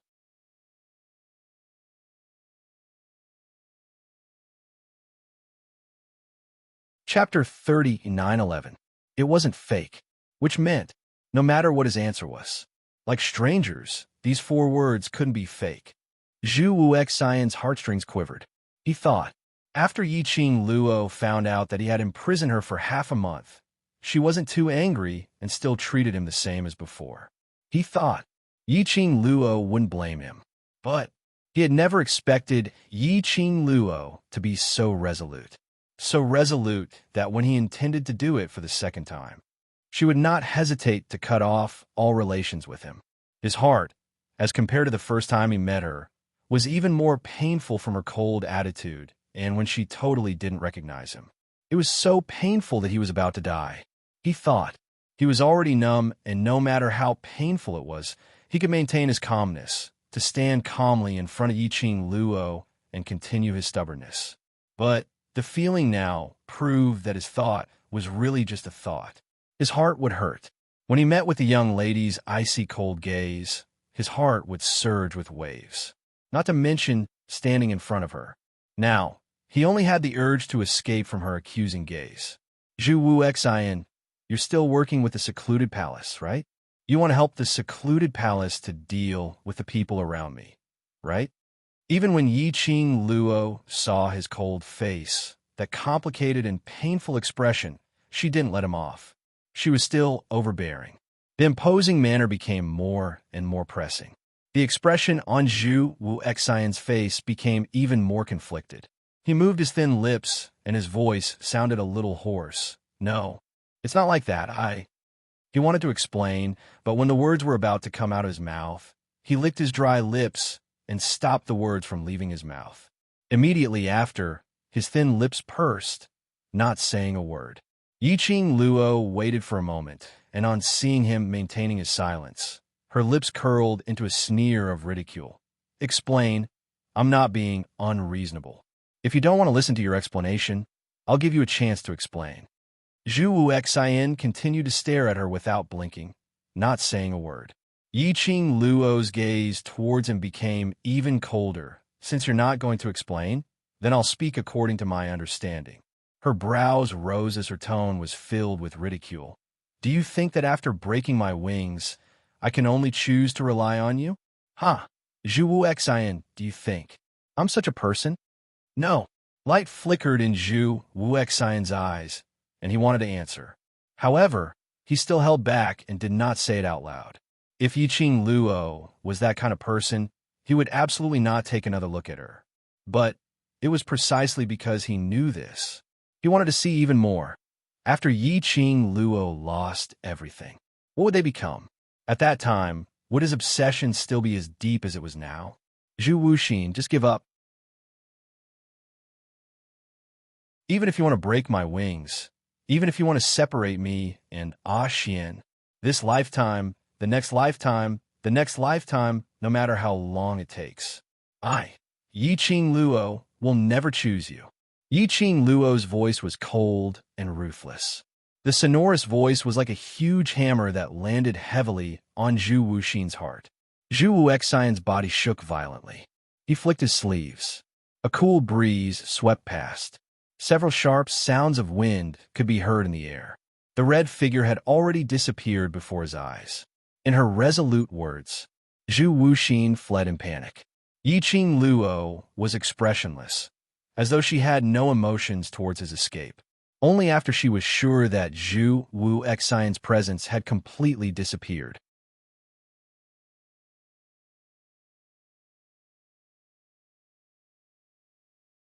Chapter 39:12. The young lady's face was pale, and there was no longer that overbearing aura from earlier on. Her petite body was caught by someone. Tightly, she was brought into a warm and spacious embrace. Lil Luo, Xian's voice was filled with anxiety and worry. Yiqing Luo wanted to open her eyes and smile at him to reassure him. But the minute she opened her eyes, it was a patch of blood color before her eyes, which immediately turned into a patch of pitch black. She was unable to open her eyes. The dizziness in her head made her lose the ability to think. Finally, under Xian's gentle and affectionate call of Lil Luo, she completely lost all consciousness. Lil Luo, Sensing the change in Yi Qing Luo's breathing, DMO Xian's voice suddenly rose as his shimmering eyes stared intently at the person in his arms. After checking the young lady's pulse, DMO Xian's expression turned darker. His fingers clenched tightly as he gritted his teeth and spat out 3 words. Zhu Wu, Xin. Damn that Zhu Wu Xin. No matter if Lil Luo would forgive Zhu Wu Xin. He would absolutely not forgive her. DMO Xian tightened his arms as he raised his voice and called out in a low voice, Xian Beiyuan.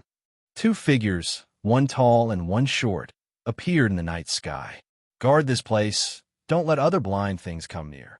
DMO Xian instructed and carried Yi Qing Luo as he flew away. Tang Beiyuan stared blankly at the direction where DMO Xian left, watching his figure disappear completely. She then regained her senses as she slowly stood up. The man on the side was tall and imposing, with a handsome face, but his brows were rigid and solemn. The man's vision had been on Tang Beiyuan. Seeing that she stood up and was still in a daze, he comforted her. Madame will be fine. Hearing the man's voice, Tang Beiyuan's eyelashes fluttered. When she raised her head, her lips curled into a smile. And men, I know. With the overlord around, Madame will definitely be fine. She had seen with her own eyes how much her master cared about Yi Qing Luo. Her daze wasn't because she was worried about Yi Qing Luo, but very envious. Envious of the relationship between the overlord and Madame. No matter what time it would always make one laugh unknowingly. As for her, even though her fiancé was by her side, he could even touch it with his hand. However, she still felt as if they were thousands of miles apart and out of reach. Tang Beiyuan lowered her eyes, and the smile on her face disappeared. Yuan. The man sensed that Tang Beiyuan was upset. He raised his hand and placed it on her shoulder in confusion. What's wrong? Tang Beiyuan raised her head and stared blankly at Lang Lixian, who was a head taller than her. Soon, a smile appeared on his face. I'm fine. Lang Lixian caressed her face and didn't ask any more questions. The man wiped his face with his slightly cold hand. Tang Beiyuan instinctively reached out and grabbed his hand. Lang Lixian was startled and looked at her doubtfully. Tang Beiyuan gritted her teeth, mustered up her courage, and placed the man's hand on her waist. Then she turned around and hooked her arms around his neck. It's been a long time since we've been this close.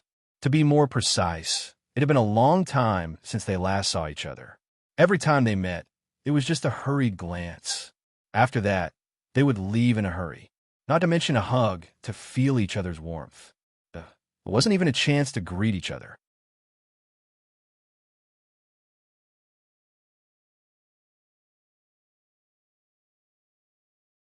Chapter 39:13. Lang Lixian had just finished his words when he used his actions to express his attitude. He pulled Tang Beiyuan's hand away and widened the distance between the both of them. Immediately after, he leapt up the wall in the dark, and his entire figure was hidden in the darkness.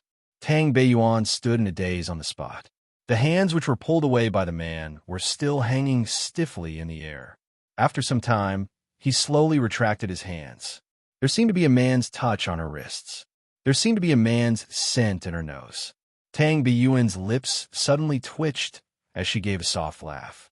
She turned her head and walked toward the other side of the wall, hiding in the dark with the man on the left and right, and completely hiding the sparkling eyes which flashed past her eyes. Qiao residence. DMO Xian carried Yi Qing Luo back to the room. His fiery appearance was accompanied by a powerful pressure. It made those who had just returned to the Qiao residence ran out of the room in shock. It was so late at night, this was very scary, all right? They thought that the secluded palace had made a comeback. But after seeing the unconscious Yi Qing Luo, everyone couldn't stand still as they flocked over. Kitty Lee was carried out from Zomo's arms, and she was still rubbing her eyes sleepily, but when she saw Yi Qing Luo being placed on the bed, her eyes suddenly opened wide. She scurried out of Zomo's arms and pounced towards the bed. Sister, what happened to Sister? What happened to her? Kitty Lee held Yi-Ching Luo's hand, but realized that her hand was ice cold. Old Lai didn't feel well. Earlier at the Treasures Exchange Hall, wasn't she still fine? How? How long has it been? In his impression, Yi-Ching Luo and the Overlord were on the same level of abnormality. No one could hurt her. So on the way back to the Qiao residence, they didn't specially wait for Yi-Ching Luo. No one had expected. It was such a coincidence. Yi-Ching Luo was coincidentally injured. Guiwu stood in the crowd as he frowned slightly. Apparently, he was puzzled over why Yi-Ching Luo was injured and was carried back by DMO Xian. She's fine. Among the many concerned voices, DMO Xian's slightly hoarse voice rang. He also successfully suppressed the voices of those who were talking at once. DMO Xian sat on the bedside. Kitty Lee looked at DMO Xian and then at Yi-Ching Luo. Under Zhou Mo's tugging, he reluctantly let go of Yi-Ching Luo's hand and gave up his position to DMO Xian. DMO Xian held Yi-Ching Luo's hand, using his broad palm to warm Yi-Ching Luo's hand as he continued to speak calmly. "I'm here. Everyone, don't worry." Everyone turned pale and wanted to ask more questions. But looking at DMO Xian's expression, however, none of them dared to ask. In the end, Guiwu took the lead and walked out of the room. Only then did the others leave the room one after another, looking back every few steps. After closing the door, Kitty Lee pursed her lips. She grabbed Zhou Mo's hand with displeasure and worry, pinching it from time to time. "What's wrong with my sister? Dizun and brother-in-law didn't say anything. How can I be at ease? The Overlord is more worried about her than any of us." Zhou Mo caressed Kitty Lee's head. "Since the Overlord says it's fine, then Xiao-Ching Luo will be fine. Ching Luo, she." Suddenly, a soft but emotionless voice was heard from the crowd. Everyone's gazes turned towards the direction of the voice. "You're tuning in to the Romance Rendezvous YouTube channel. We're so grateful for your support, and don't forget to subscribe to join us on this incredible journey through captivating stories. Your generosity through donations truly makes a world of difference, as it's the primary source of revenue that allows me to expand and enhance this channel for you. Thank you from the bottom of my heart for being a part of this adventure.